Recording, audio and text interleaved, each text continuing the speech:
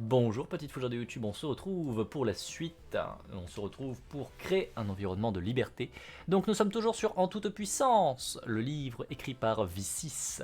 Et nous allons continuer notre petite lecture, nous sommes page 75, on a fait 10 pages aujourd'hui pour l'instant.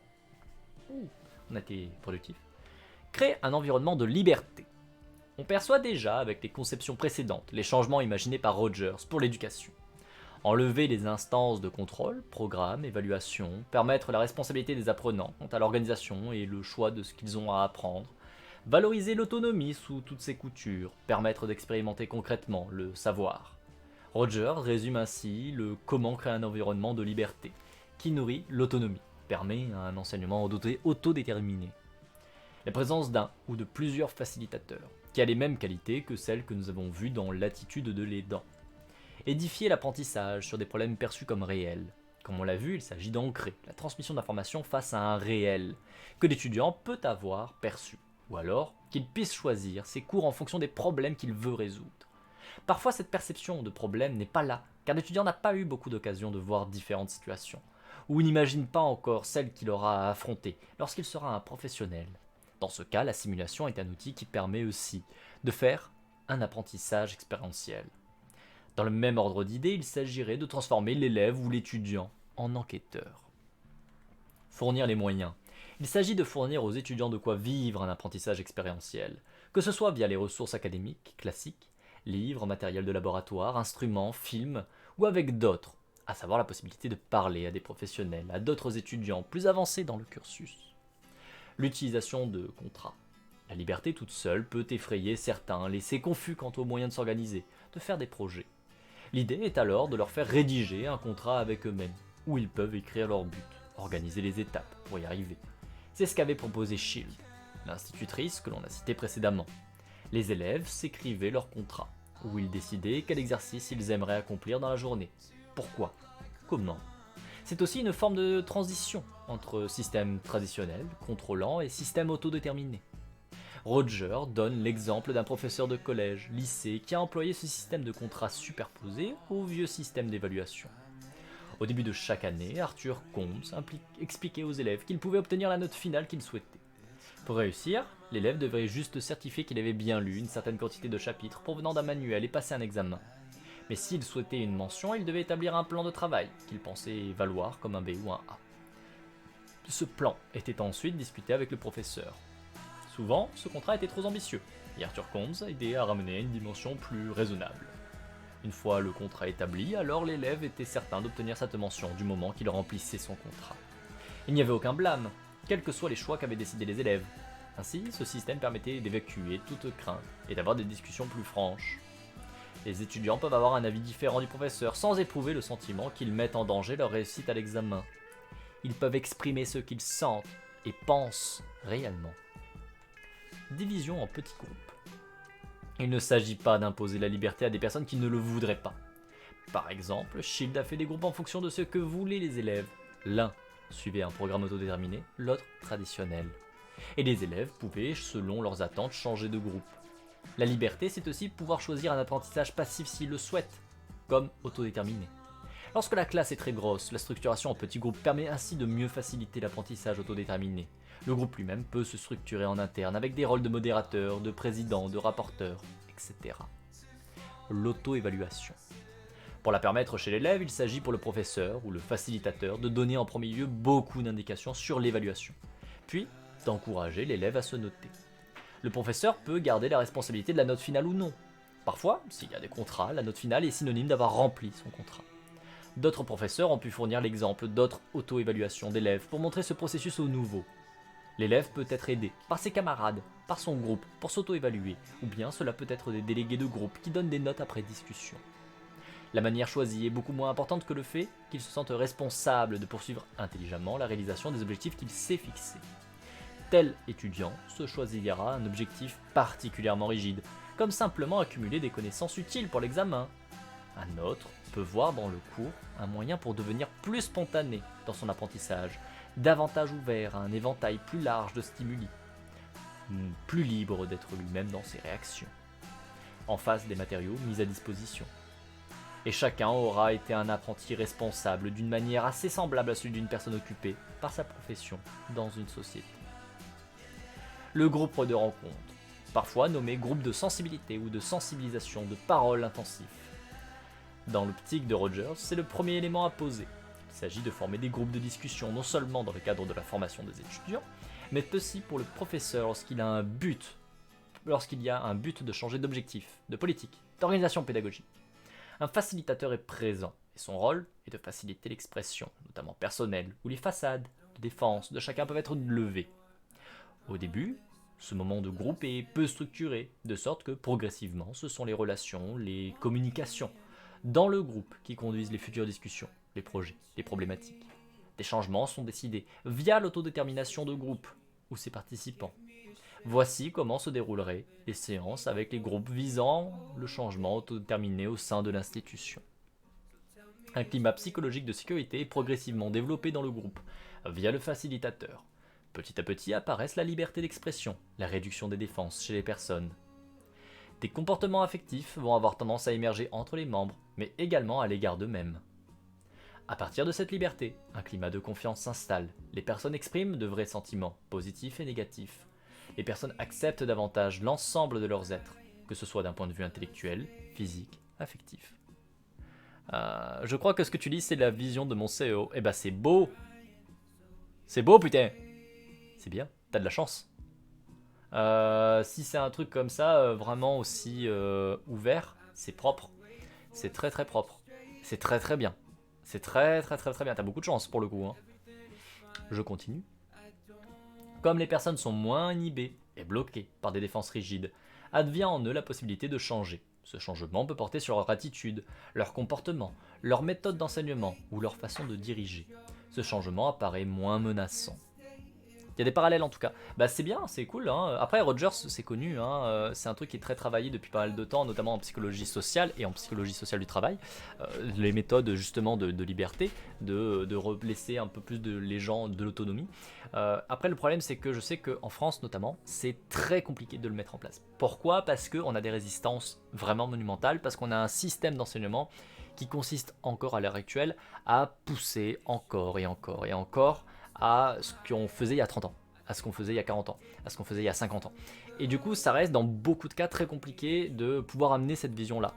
Parce que malheureusement, c'est pas les visions qui sont, on va dire, prépondérantes, qui sont majeures, qui ont pignon sur rue, ou bien au-delà. Voire même, on a tendance à avoir des retours qui sont très négatifs de cette manière de faire, en disant que c'est utopiste, que c'est mignon, que c'est naïf, c'est un peu bisounours, patati patata, enfin tout un tas de choses comme ça. Alors qu'en vrai, si vous creusez un peu la chose, vous vous rendez compte que c'est pas sans raison que vous avez ces résistances-là. En fait, si vous avez ces résistances-là, c'est parce que ce modèle-là, pas le modèle que là je suis en train de vous montrer, hein, mais le modèle classique qu'on a dans les entreprises, qui est un petit peu beaucoup très oppressif, il est oppressif. Mais du coup, s'il est oppressif, qu'est-ce que ça veut dire ? Il y a des gens qui sont dominés et il y a des gens qui sont dominants. Les gens qui sont dominants, ils ont des privilèges, par exemple. Et en fait, remettre en question tout ça, ça serait remettre en question, par exemple, ces privilèges. Ça remettrait en question cette prépondérance, cette domination qu'ils ont. Parce que les personnes qui ont le pouvoir pour mettre ça en place, ce sont les personnes qui sont en haut de la hiérarchie. Donc ceux qui actuellement sont avantagés par ce modèle classique, on va dire, d'organiser le monde du travail, qui est presque féodal sur certains points.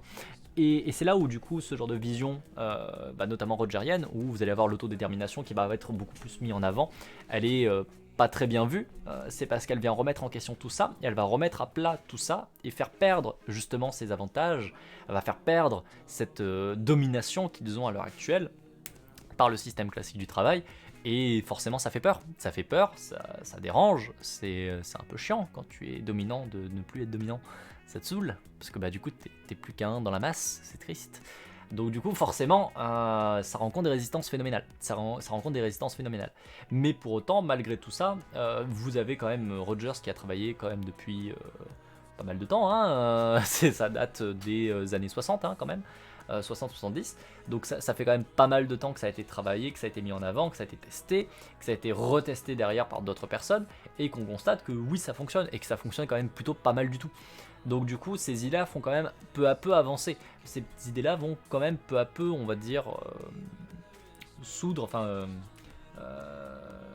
comment dire ça, enfin, peu à peu en fait ça va laisser des traces de plus en plus grosses qui vont être de plus en plus présentes et qui vont permettre, je l'espère, d'avoir une certaine révolution du monde du travail et de la gestion du monde du travail en tout cas, vers plus d'autonomie notamment. Donc c'est pas forcément étonnant que tu aies des dirigeants qui en aient un petit peu plus conscience et qui essayent de vraiment appliquer ça. Donc tant mieux, vraiment encore une fois, s'il y a des parallèles c'est pas étonnant et tant mieux s'il y en a, parce que ça reste quand même mine de rien relativement rare. En tout cas je sais qu'en France ça reste relativement rare. Il y en a mais ça reste relativement rare. Après vous avez un problème aussi qui est autre, c'est que vous avez justement toujours dans l'idée de garder ce système de domination qui donne des avantages à certains, vous avez tout un retravail qui a été fait sur ça. Vous avez vraiment tout un retravail qui a été fait sur ces questions-là pour essayer en fait de garder certains mots, certaines visions, mais en fait complètement modifiées à tel point que vous êtes plus sur ce qu'il faut. Typiquement le développement personnel. Le développement personnel, c'est quelque chose qui est justement extrêmement négatif dans pas mal de situations. Parce qu'on va avoir justement un petit peu des discours et du texte et on va prendre en compte des études qui ont été faites notamment par Rogers ou d'autres dans ces thématiques-là. Et en fait, ça va être détourné. Ça va être détourné dans le développement personnel sur beaucoup de points pour en fait toujours mettre, c'est toujours la même idée, la personne au service de la société, la personne au service des entreprises et ainsi de suite.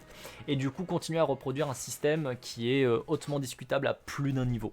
Et c'est ça qui est oufissime, quoi. C'est ça qui est vraiment oufissime, c'est que c'est pas bon.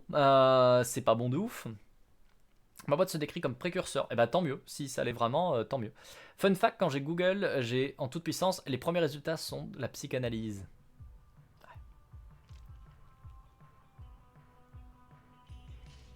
Comme je l'ai déjà dit, la psychanalyse n'est pas forcément toujours mauvaise. Ce n'est qu'un outil parmi d'autres. Il faut juste prendre conscience que ce n'est qu'un outil parmi d'autres et arrêter de l'utiliser à toutes les sauces, tout le temps, pour tout et tout le monde. Putain. Bref. Mais en vrai, si on prend le cas de Rogers à la base, c'est un soignant. C'est quelqu'un qui était dans le soin, qui faisait thérapie. Donc pour le coup, c'est pas forcément étonnant. C'est pas forcément étonnant. Alors, après, encore une fois, le truc qu'il faut prendre conscience, c'est que c'est pas parce que vous avez le bon terme que ça veut dire que ça l'est. Hein, voilà.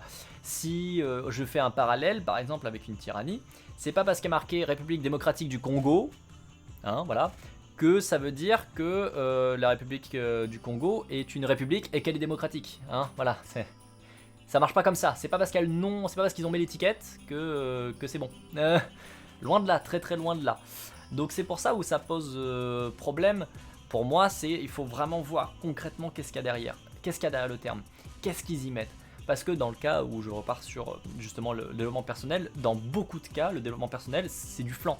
C'est un truc complètement nul qui essaye surtout de vous faire vous adapter à la société, de faire en sorte que vous rentriez dans le bon petit moule et que vous fassiez pas de vagues et que vous pensiez pas à remettre en question l'ordre social et à pas remettre en question la manière dont fonctionne la société et le système de domination les systèmes de domination qu'il y a au sein de la société et ainsi de suite. Chez 2 jours c'est stylé, alors 2 jours ça me dit quelque chose et là comme ça j'arrive pas à remettre, je vais regarder vite fait.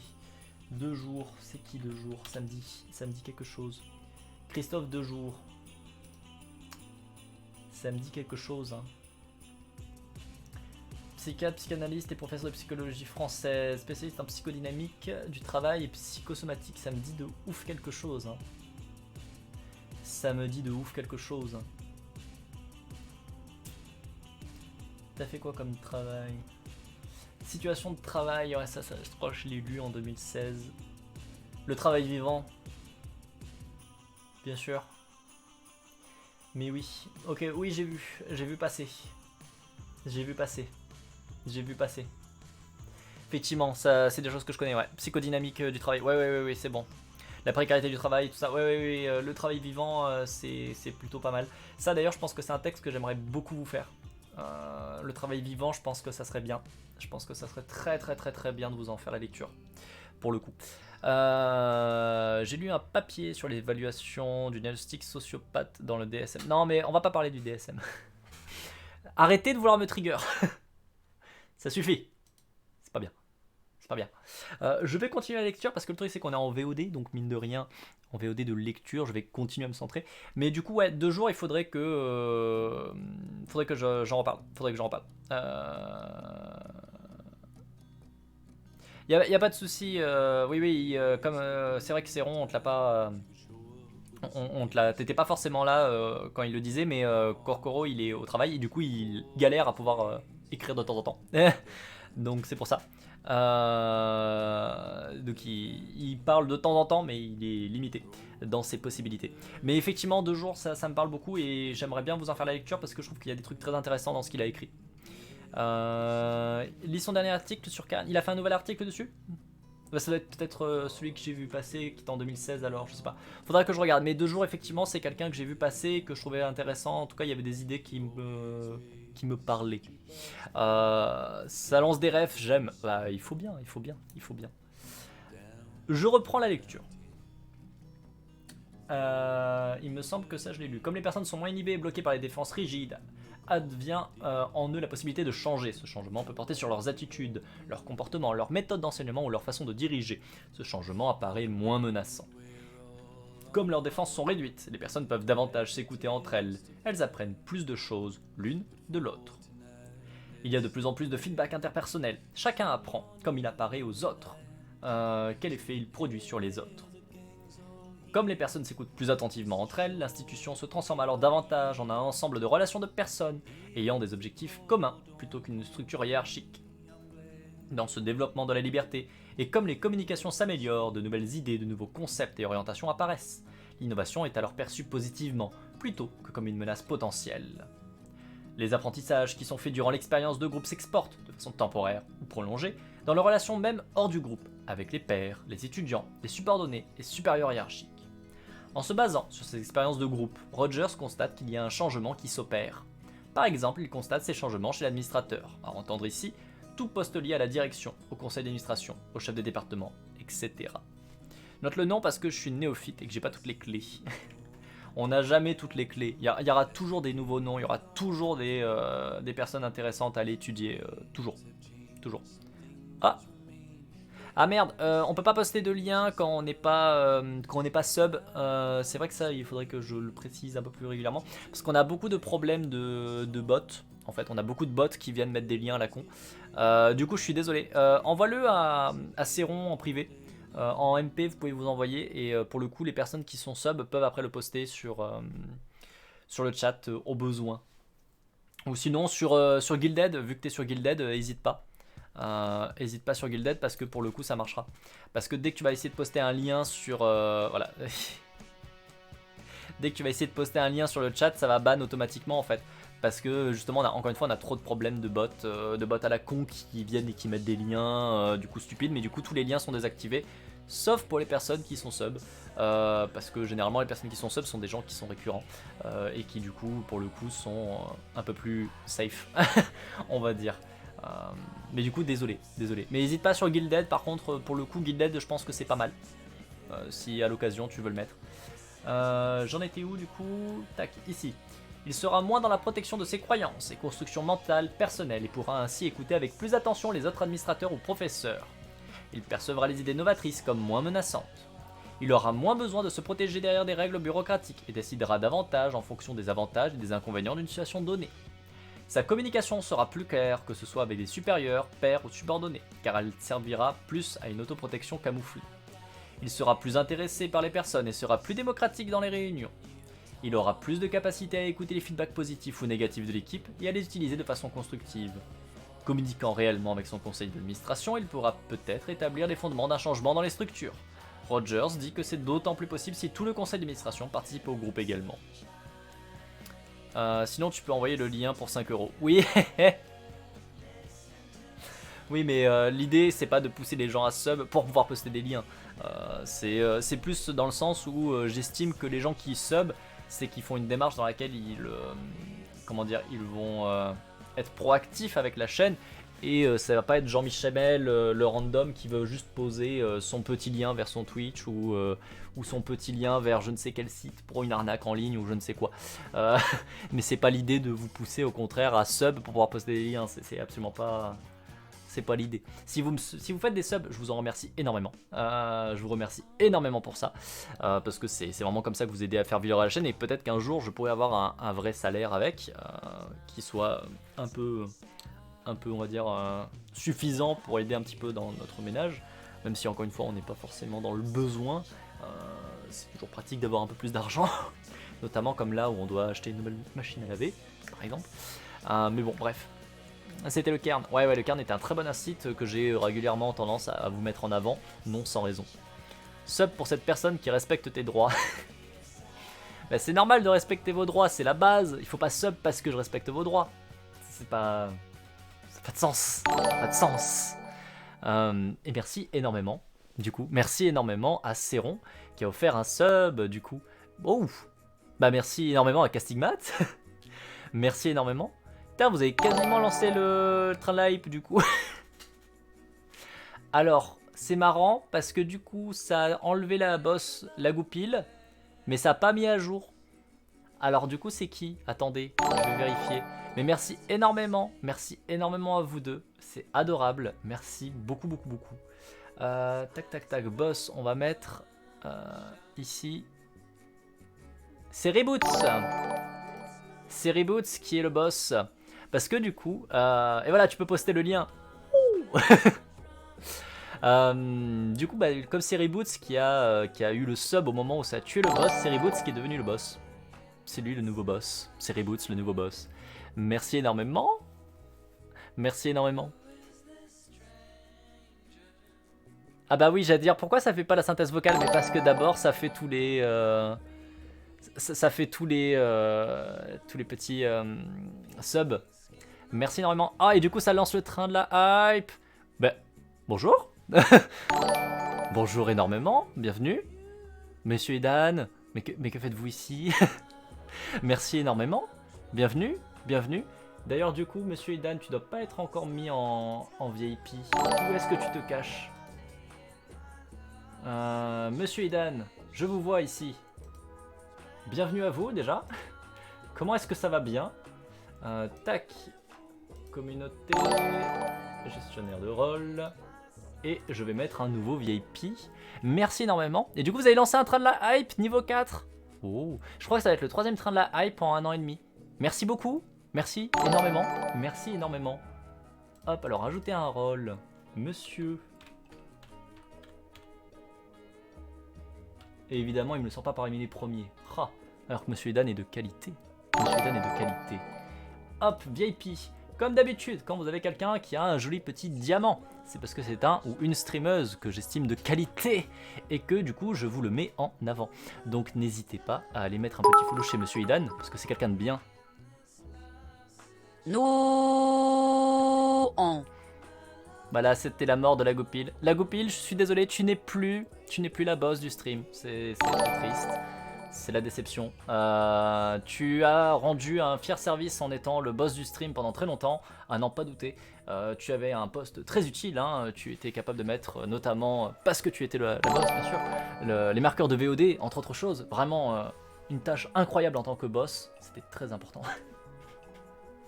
mais voilà, on est à 50 subs. Oh putain. Non.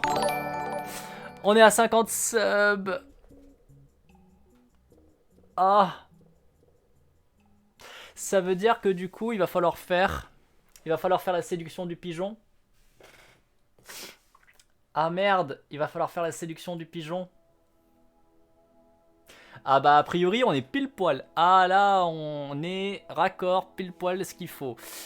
Si j'ai vu qu'il manquait 3 subs pour le goal, j'ai complété du coup. Ah, j'avais pas tilté. Oh mon dieu, va falloir séduire Oko-san. Oh, va falloir séduire Oko-san. Oh mon dieu. Alors Anemone va vous aimer et moi je vais vous détester un petit peu. Et ben du coup merci beaucoup en tout cas pour tous les subs. Merci pour le train de la hype que vous avez mis niveau 4 à 65% directement. Incroyable. Merci énormément. Merci du coup énormément de votre soutien. Coucou, bah écoute, ça va. Je t'ai vu en live, du coup je viens voir ce que tu fais. Et bah du coup tu as de la chance parce que je t'avoue que cette semaine j'ai pas stream. Normalement je stream la semaine tous les... Alors normalement j'allais dire tous les matins mais toute la journée. En fait je commence à 9 h puis je dis que je m'arrête quelque part en début d'après-midi. Et je m'arrête à 17 h de manière systématique. Du coup, voilà. Mais sur le papier, on stream la semaine pour faire du jeu vidéo et des lives de sciences sociales. Donc là, on est sur un live de sciences sociales. Donc du coup, on est sur En toute puissance, un ouvrage qui a été rédigé par V6. V6 qui participe donc notamment à la chaîne Horizon Gull, qui fait de la vulgarisation de sciences sociales sur YouTube, de très très bonne qualité. Et donc du coup, on papote un petit peu autour, en même temps que je fais la lecture. Et sinon on fait du jeu vidéo, et on fait beaucoup de jeux vidéo où on fait des jeux de stratégie gestion, du roleplay, ce genre de choses, parce que j'aime beaucoup les jeux de stratégie gestion. Mais du coup, installe-toi, mets-toi bien avec ta fille, j'espère que tu passeras un bon moment avec nous, même si tu ne parles pas trop, il n'y a pas de souci. Et du coup, on est à 50 subs, donc l'objectif est rempli, on va devoir faire la séduction d'un incroyable pigeon dans Hatoful Boyfriend, ça va être incroyable, on va pouvoir aller séduire Oko-san. C'est Silmaril qui sera heureuse, parce que Silmaril attend que ça depuis le début, depuis qu'on a commencé à faire du Hatoful Boyfriend de temps en temps. Elle voulait qu'on séduise absolument Oko-san, ça va donc arriver, donc incroyable, nous allons avoir la séduction d'Oko-san. ça va être bien, ça va être incroyable, ça va être bien. En tout cas, merci énormément pour tous les subs, vraiment c'est adorable, merci à vous. Et du coup c'est toujours Reboot, parce que j'ai vérifié tout à l'heure avant qu'il y ait d'autres subs qui tombent. Et maintenant, Monsieur Edan est également une fougère qui danse dans le vent. Merci beaucoup pour le follow. Tac, on va regarder vite fait. Ouais, c'est Reboot. Donc maintenant, c'est Reboot le boss, jusqu'à ce qu'il meure, parce qu'il a déjà plus beaucoup de PV. Vous l'avez déjà un peu laminé, le pauvre Reboot. Ça faisait un moment d'ailleurs qu'on l'a pas vu, Reboot. J'espère qu'il va bien. Je vais me faire un miam, je vous écoute depuis ma cuisine. Et bon appétit pour toi, Céron. Et pareil pour la goupille, je présume que tu dois FK pour le repas du midi. Donc mange bien. Oh, et Red Bull qui arrive en même temps. Bonjour Red Bull, bienvenue, bienvenue. Et du coup merci pour le train de la hype qui vient de se terminer. Nous sommes arrivés donc... alors niveau 3, c'est ça, on était sur le niveau 4. On est arrivé niveau 3 du train de la hype. Merci énormément pour ces abonnements. Merci beaucoup. Merci beaucoup. Et bienvenue à toi Red Bull, j'espère que tu vas bien. Bonjour à toi Patatart Likely, bienvenue. On est en plein live de lecture de sciences sociales. Et on vient d'avoir un petit train de la hype au calme. La forme et toi? Et moi ça va bien. Comme je disais, cette semaine j'ai pas live du tout. C'est mon premier live de la semaine. Donc on voit que cette semaine j'étais très actif. Mais c'est les vacances de ma femme, alors je passe du temps avec elle. C'est logique. Non, enfin voilà. Et là ce matin elle est partie au coiffeur. Donc elle est en train de se faire coiffer. Enfin là il est midi 20. Donc normalement vu qu'elle avait rendez-vous à 9h, elle doit plutôt être sur la fin. Mais bon bref. Et du coup on est en plein live de lecture de sciences sociales, comme tous les jeudis et comme tous les mardis. On est sur En toute puissance, le texte qui a été rédigé par V6. Elle avait 3 mètres de cheveux ou quoi? Oui. Alors en vrai elle a pas 3 mètres de cheveux, elle a les cheveux quand même plutôt courts.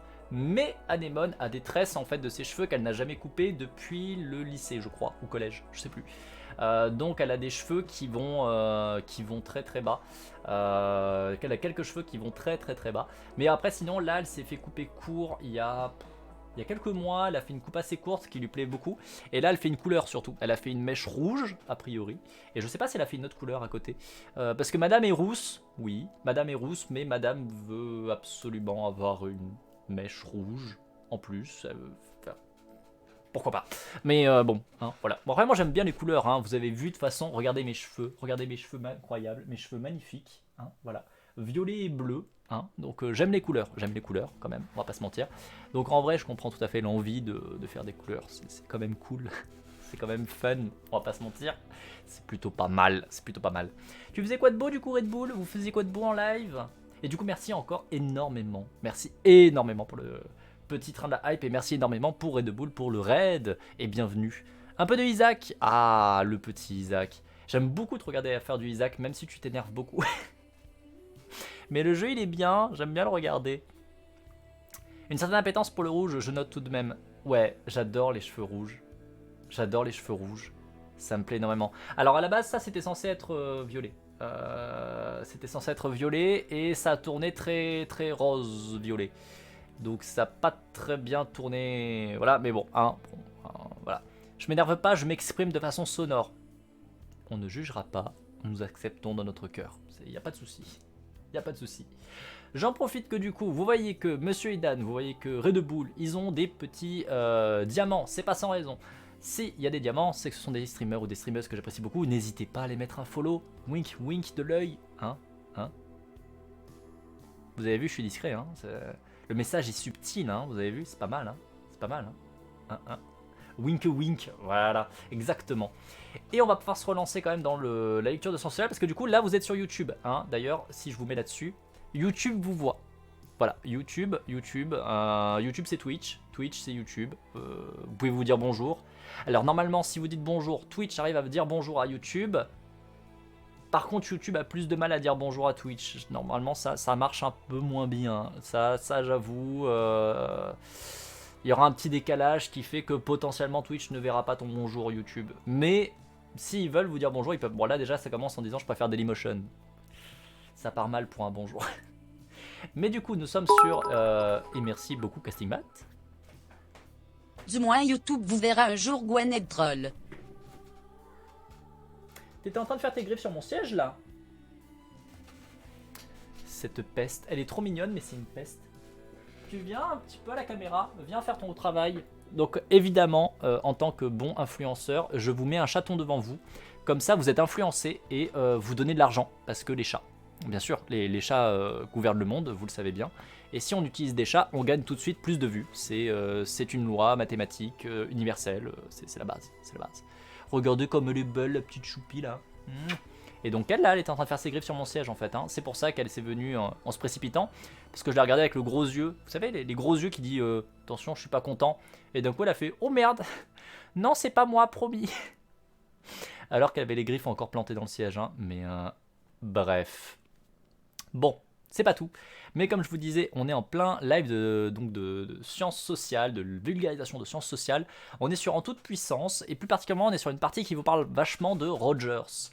Alors pour ceux qui viennent d'arriver par le raid notamment, qu'est-ce que Rogers? Rogers c'est un psychologue qui a travaillé sur ce qu'on appelle le fait d'être autodéterminé, sur le fait d'être libre en fait de ses actions, et notamment il mettait en place des thérapies ou des enseignements où le but du jeu c'est de laisser à la personne en face tout pouvoir sur sa capacité à faire sa thérapie, ainsi de suite. Ça permettait à la personne de trouver du sens et de vraiment être un acteur actif en fait du processus, et ce qui obtient des résultats plutôt pas mal.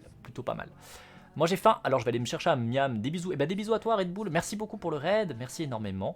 Passe un très bon repas, passe une très bonne journée. Puis à bientôt. Des bisous. Merci beaucoup encore une fois. Et donc du coup là on en est plus particulièrement à une partie où il parle notamment du monde du travail et de l'autodétermination dans le monde du travail. Est-ce que ça serait pas mal? Est-ce que ça aiderait pas? Et la réponse est oui. Voilà, la réponse est oui, ça c'est plutôt une bonne idée. C'est plutôt une très très bonne idée. Donc, on reprend sur l'enseignant en groupe peut connaître de tels changements, ainsi que ceci. Il pourra davantage écouter les étudiants et prêter attention à leurs sentiments. Parce que là, du coup, on est parti non plus sur le monde du travail comme juste avant, on est sur le cas de l'apprentissage et de l'éducation. Et donc, du coup, de l'enseignement. Même si les idées créatives de ces étudiants sont un peu perturbatrices, il sera davantage capable de les accepter plutôt que d'insister sur la nécessité de la conformité. Il aura tendance à mettre autant d'attention à son contenu de cours qu'à ses relations avec les étudiants. S'il y a des frictions et des problèmes, il aura davantage le souhait de les tirer au clair que de régler ces questions sur un mode disciplinaire ou punitif. Il développera avec sa classe une atmosphère plus égalitaire, menant davantage à la pensée créative, au travail autodéterminé et à plus de spontanéité. Révolution scolaire autodéterminée en action. Mais concrètement, qu'est-ce que donnent ces groupes ? Amorce-t-il vraiment un changement? Ce changement n'est-il que personnel ou a-t-il un impact sur l'organisation générale? C'est ce que nous allons voir à présent avec l'histoire des IHM, Immaculate Heart of Mary, autrement dit le cœur immaculé. Tu fais quoi le chaton? Oh, je sais pas si vous l'entendez, elle ronronne de ouf.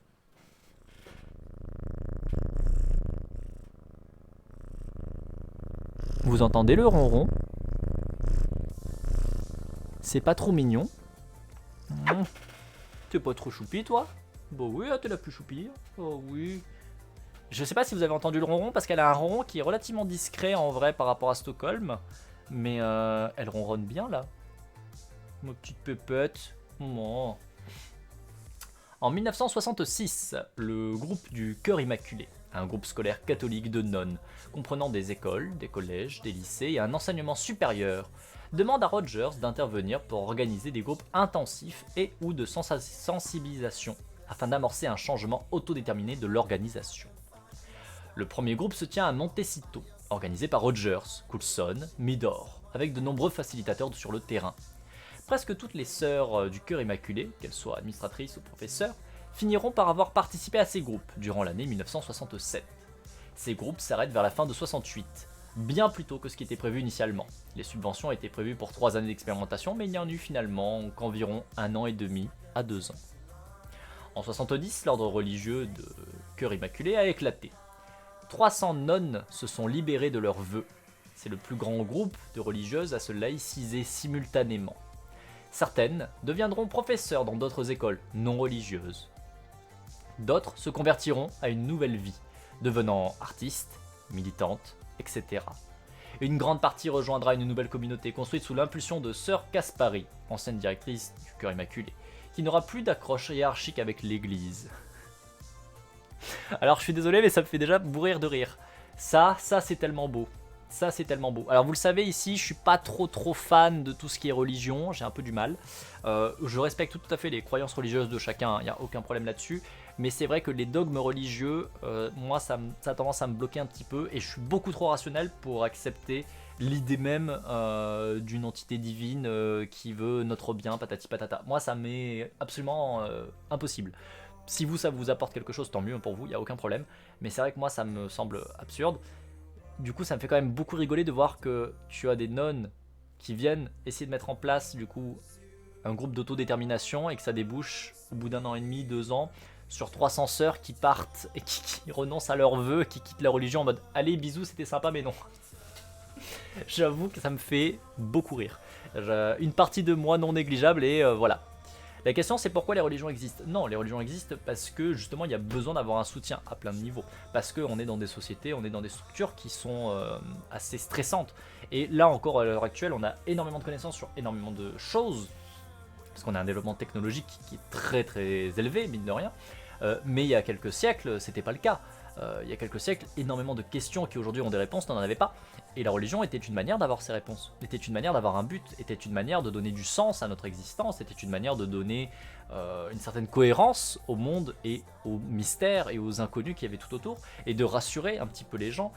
C'est également une manière de se donner une... comment dire, de se rassurer sur le fait que, par exemple, le monde est juste, ou ce genre de choses, parce que quand on constate que le monde n'est pas juste, comme quelqu'un comme moi qui est très rationnel et qui est plutôt pessimiste, quand tu vas regarder l'état du monde actuel, tu vas pas être très heureux, hein. Tu vas pas être très heureux du tout. Il y a rien qui va à plein de niveaux, le monde est pas juste, ceux qui en profitent sont loin d'être ceux qui mériteraient d'en profiter, et il y a plein de trucs qui vont pas dedans, et quand tu vois ça, bah juste ça te rend triste en fait, ça te fait déprimer, ça te tue à petit feu. Et le fait est que la religion est un moyen de justement mitiger tout ça, en mettant une croyance, en mettant en place un modèle, quelque chose qui va dire non mais t'inquiète, il y a une justice, non mais t'inquiète, même si c'est l'enfer, ils payeront ceux qui doivent payer. Toi tu iras au paradis si t'as fait les choses bien, et ainsi de suite. Et du coup à la fois ça permet de rassurer, ça permet du coup d'avoir une acceptation du réel, de ce qui t'entoure, qui est assez logique au final, et en plus de ça, ça permet de continuer à maintenir une stabilité, notamment sociale, parce que la religion, en général, peu importe le type de religion, va mettre en place des structures hiérarchiques, va mettre en place des structures dans le fonctionnement, va mettre en place des habitudes, va mettre en place des traditions, qui vont façonner la manière dont tu vas vivre, dans la société va vivre, et ainsi de suite, ce qui permet d'avoir du coup une certaine stabilité. Et ça c'est rassurant. C'est rassurant, si tu fais pas face à l'inconnu, au contraire, mais que tu es entouré par des petites barrières, bah tu sais que tu vas pas tomber, tu sais que tu as juste à suivre le chemin, tout va bien. Donc les religions, pourquoi est-ce qu'elles existent? C'est très facile d'y répondre, c'est très logique. Et je pense que les religions, pour plein de raisons, sont tout à fait utiles pour plein de gens. Pour moi, ça l'est pas. C'est pas une réponse qui m'est adaptée, pour le coup. Mais je pense qu'il y a plein de gens pour qui la religion peut leur apporter justement la stabilité, peut leur apporter tout un tas de choses. Je pense que les croyances sont là pour ça, justement, à plein de niveaux. Et que c'est pas forcément une mauvaise chose. De loin de là, très loin de là. Moi, ce qui me dérange plus particulièrement dans les religions, c'est les dogmes religieux. C'est le fait d'avoir une vraie foi qui est opposée aux autres foi, et que tu vas avoir un système hiérarchique qui va être mis en place, des gens qui vont avoir du pouvoir parce qu'ils sont à l'intérieur et qui vont avoir le droit de régenter ta vie, ainsi de suite. sans raison en fait. Et c'est ça qui moi qui me dérange dans les religions. En fait, c'est les églises, c'est les dogmes religieux, c'est tout ce bagage, on va dire, administratif qui entoure la religion et que je trouve est pas adapté, qui n'est pas bon et qui a posé problème à plein de niveaux. Et on sait qu'il y a eu un retard, par exemple technologique, phénoménal, qui a été pris notamment à cause de la religion chrétienne. En Europe, on sait qu'on a eu pris du retard sur énormément de développement d'énormément de questions parce qu'on avait des tabous religieux et que ces tabous-là n'existaient pas dans d'autres cultures, qui avaient d'autres religions. Par exemple, au niveau de l'hygiène, on sait que les peuples musulmans, aux mêmes époques que les peuples catholiques, on va dire médiévaux, étaient beaucoup plus en avance sur tout un tas de questions. Parce que nous, on avait des tabous qui ne nous permettaient pas d'aller enquêter sur certaines choses, qui ne nous permettaient pas de prendre en compte certaines choses, ce qui faisait qu'en Europe, c'était hautement discutable. Là où par contre, les peuples qui étaient plutôt avec un bagage musulman, ils n'avaient pas ces tabous-là et ils ont pu avancer vachement plus loin. Et vice-versa, à différentes époques, sur différentes questions. Pour le coup, pour moi, elles sont toutes dans le même, dans le même panier, les différentes églises ou systèmes d'églises, on va dire, parce que c'est pas toujours le nom d'église, mais bon, vous avez compris l'idée. Donc bref, pour moi l'idée c'est pas, pour moi la question c'est pas pourquoi est-ce que les religions existent. Pour moi le coup c'est assez simple à comprendre pourquoi est-ce que les religions existent.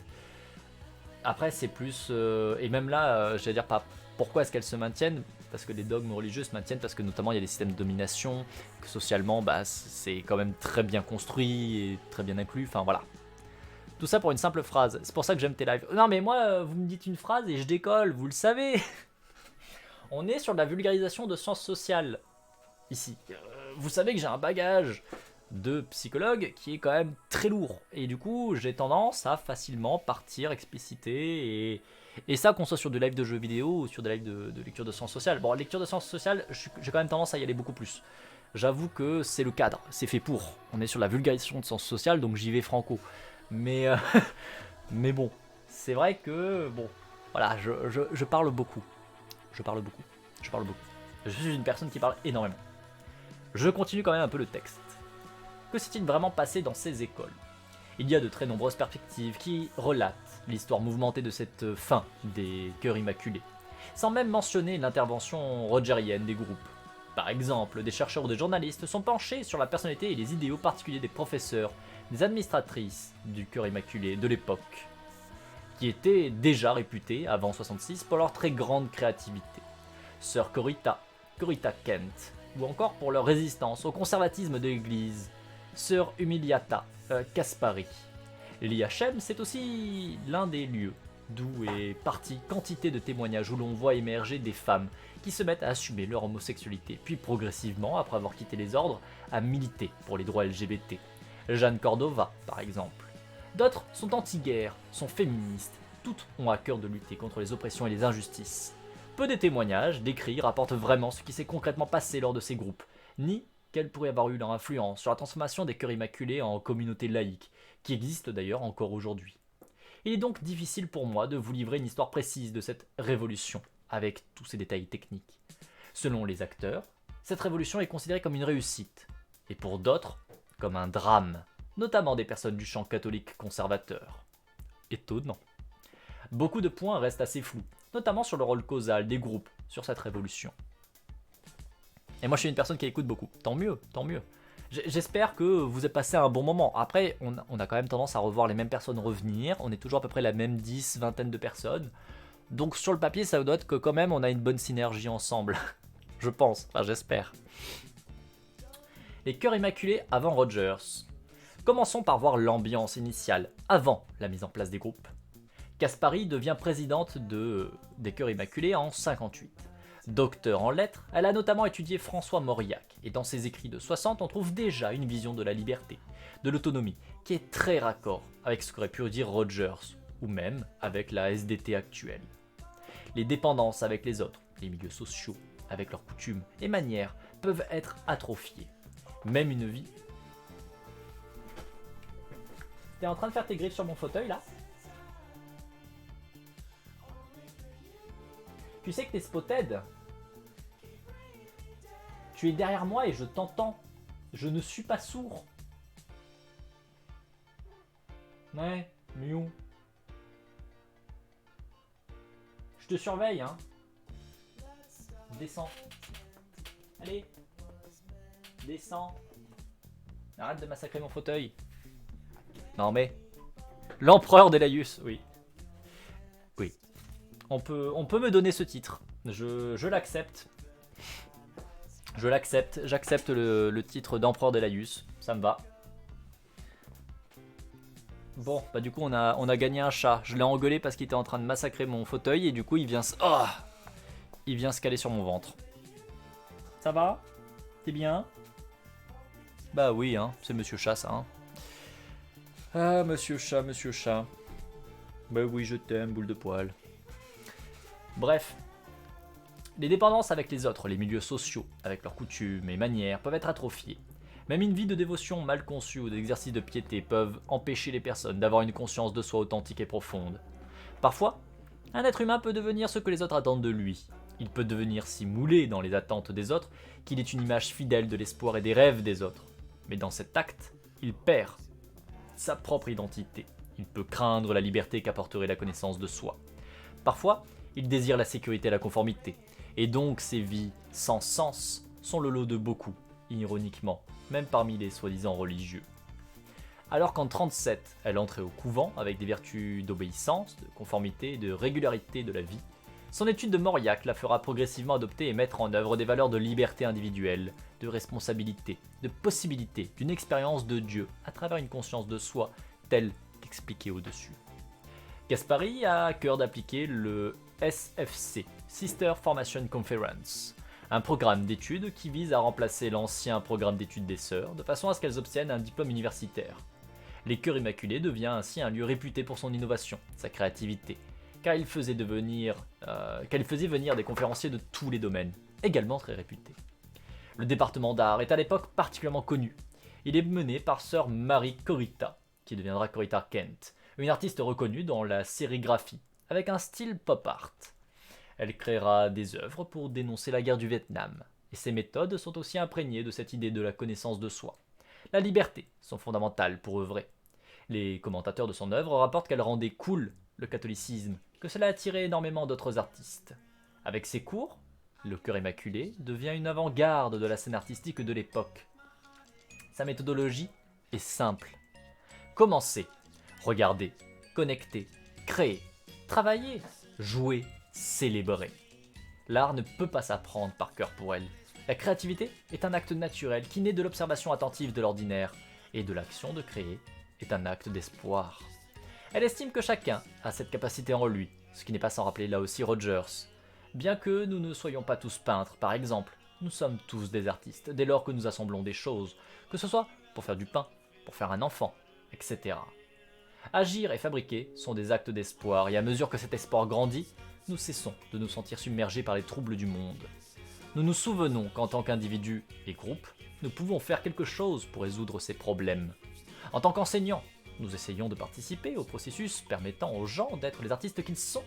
En tant qu'artistes, nous acceptons la responsabilité de créer, de réaliser nos immenses pouvoirs pour changer les choses, pour assembler les choses d'une nouvelle manière.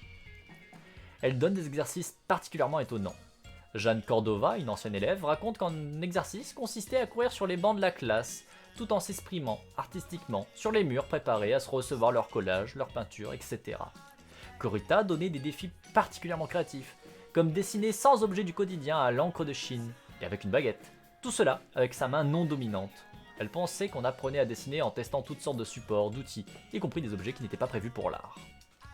Corita participera énormément avec l'école à organiser la fête de Marie, dès 64. Un événement très festif, créé par l'école où il s'agissait de célébrer Marie, notamment en célébrant le quotidien et la gratitude pour les petites choses, comme la nourriture, les objets communs, en manifestant avec des pancartes, les photos donnant vraiment l'impression d'une manifestation, mais revendiquant la présence de la joie, en y mettant de la musique, de la danse, en y mettant le maximum d'art. Cet événement sera particulièrement répudié par les catholiques conservateurs. Étonnant.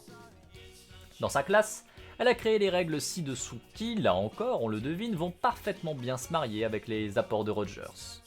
Dedans, l'autorité a aussi des devoirs envers les élèves, et ça représente un appel à s'inspirer du modèle tout en s'émancipant, ce qui est un rapport singulier aux règles à réinventer sans cesse.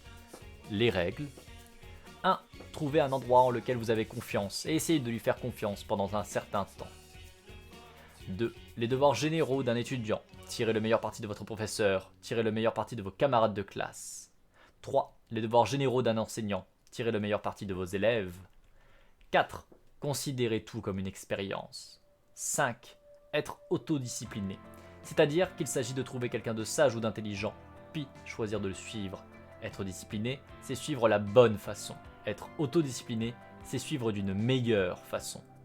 6. Rien n'est une erreur. Il n'y a ni victoire, ni échec. Il y a seulement le faire. 7. La seule règle est le travail. Si vous travaillez, cela mènera à quelque chose. Ce sont les gens qui agissent tout le temps, qui finissent par comprendre les choses. 8. N'essayez pas de créer et d'analyser en même temps. Ce sont des processus différents. 9. Soyez heureux quand vous pouvez le gérer. Amusez-vous bien. C'est plus léger que vous ne le pensez. 10. Nous enfreignons toutes les règles, même nos propres règles. Et comment faisons-nous cela? En laissant beaucoup de place pour des quantités indéfinies. John Cage. Un conseil, soyez toujours là. Venez ou allez à tout. Allez toujours en classe, lisez tout ce qui vous passe sous la main, regardez avec attention les films et souvent. Sauvegardez tout ce qui pourrait vous être utile plus tard. Il devrait y avoir de nouvelles règles la semaine prochaine. C'est mignon.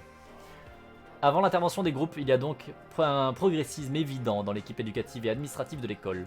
Ce progressisme devient encore plus flagrant dès lors que les sœurs prennent très au sérieux le Concile du Vatican II, qui en appelle à moderniser les ordres, à réinventer l'organisation. Mais dans ce plein débordement de créativité, de progrès, d'innovation, il y a un obstacle de taille, le cardinal McIntyre, qui rejette ce que font les Cœurs Immaculés. Celui-ci dans une posture conservatrice, il rejette le Concile du Vatican II, refuse de faire des messes en anglais, préférant le latin, rejette vivement la fête de Marie que ses sœurs ont organisée. Il y a une tension forte entre elle et lui. Pour donner un exemple de ce conflit, voici le témoignage d'un prêtre, également réalisateur de films, Elwood E. Kaiser, appelé également Père Kaiser ou Bud, qui avait été ponctuellement au Cœur Immaculé, notamment lors de la fête de Marie. Déjà, c'est super intéressant comme témoignage. Hein. Pour le coup, je trouve que ça, c'est vraiment cool. C'est vraiment très vachement fun à lire. Je trouve que c'est vraiment intéressant. C'était en août 67. Pour ceux qui ne faisaient pas partie de l'église, les changements, ceux liés au concile, qui se produisaient au sein de l'église étaient très excitants. Pour ceux qui étaient à l'intérieur, les changements étaient parfois déroutants. Les dirigeants n'étaient pas toujours satisfaits de ceux d'entre nous qui expérimentaient. Bud, poya Monseigneur Ben Hawks, l'architecte conservateur du cardinal McIntyre au téléphone. Je suis choqué. À propos de quoi? Ai-je demandé, en veillant à ne pas être aspiré dans son jeu. J'ai devant moi une photo de vous en train de célébrer la messe, prétendument avec des cœurs immaculés, prétendument le 15 août, et vous portez une chasuble en papier crépon. Et alors? Dis-je aussi nonchalamment que possible. Alors, que puis-je dire au cardinal? Il sera très en colère, c'est contraire aux règles. Dites-lui tout ce que vous voulez. Ben, l'atmosphère, elle était très festive, comme une fête.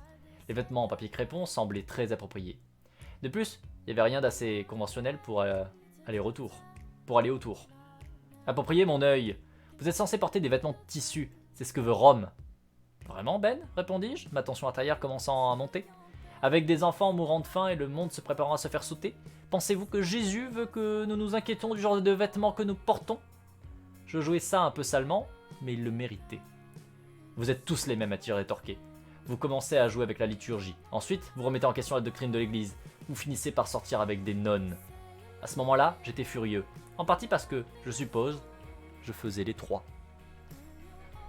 Puis les sœurs vont faire appel à Rogers pour mener des groupes. Ce ne sont pas les seules religieuses à avoir fait appel à Rogers. D'autres groupes religieux, notamment jésuites, protestants, ont également été le chercher, parce qu'ils estimaient la valeur de son travail et ne le trouvaient pas du tout incompatible avec leurs pratiques religieuses, bien au contraire. Selon eux, la quête de sens chez l'humain, et même l'aspect développement personnel, était raccord avec la foi et la vie religieuse. Rogers, quant à lui, n'était pas totalement étranger à la religion, car il a vécu dans une famille protestante et avait même voulu entrer dans les ordres. Il avait abandonné ce projet, car les croyances qu'on lui imposait étaient contraires à ses autres croyances. L'aspect autoritaire, hiérarchique, lui était aussi hautement problématique à titre individuel, que ce soit supporter l'autorité que de l'endosser soi-même. Cela revient toujours dans ses écrits, tout comme les propos de ses contemporains, tels que Coulson le rapporte.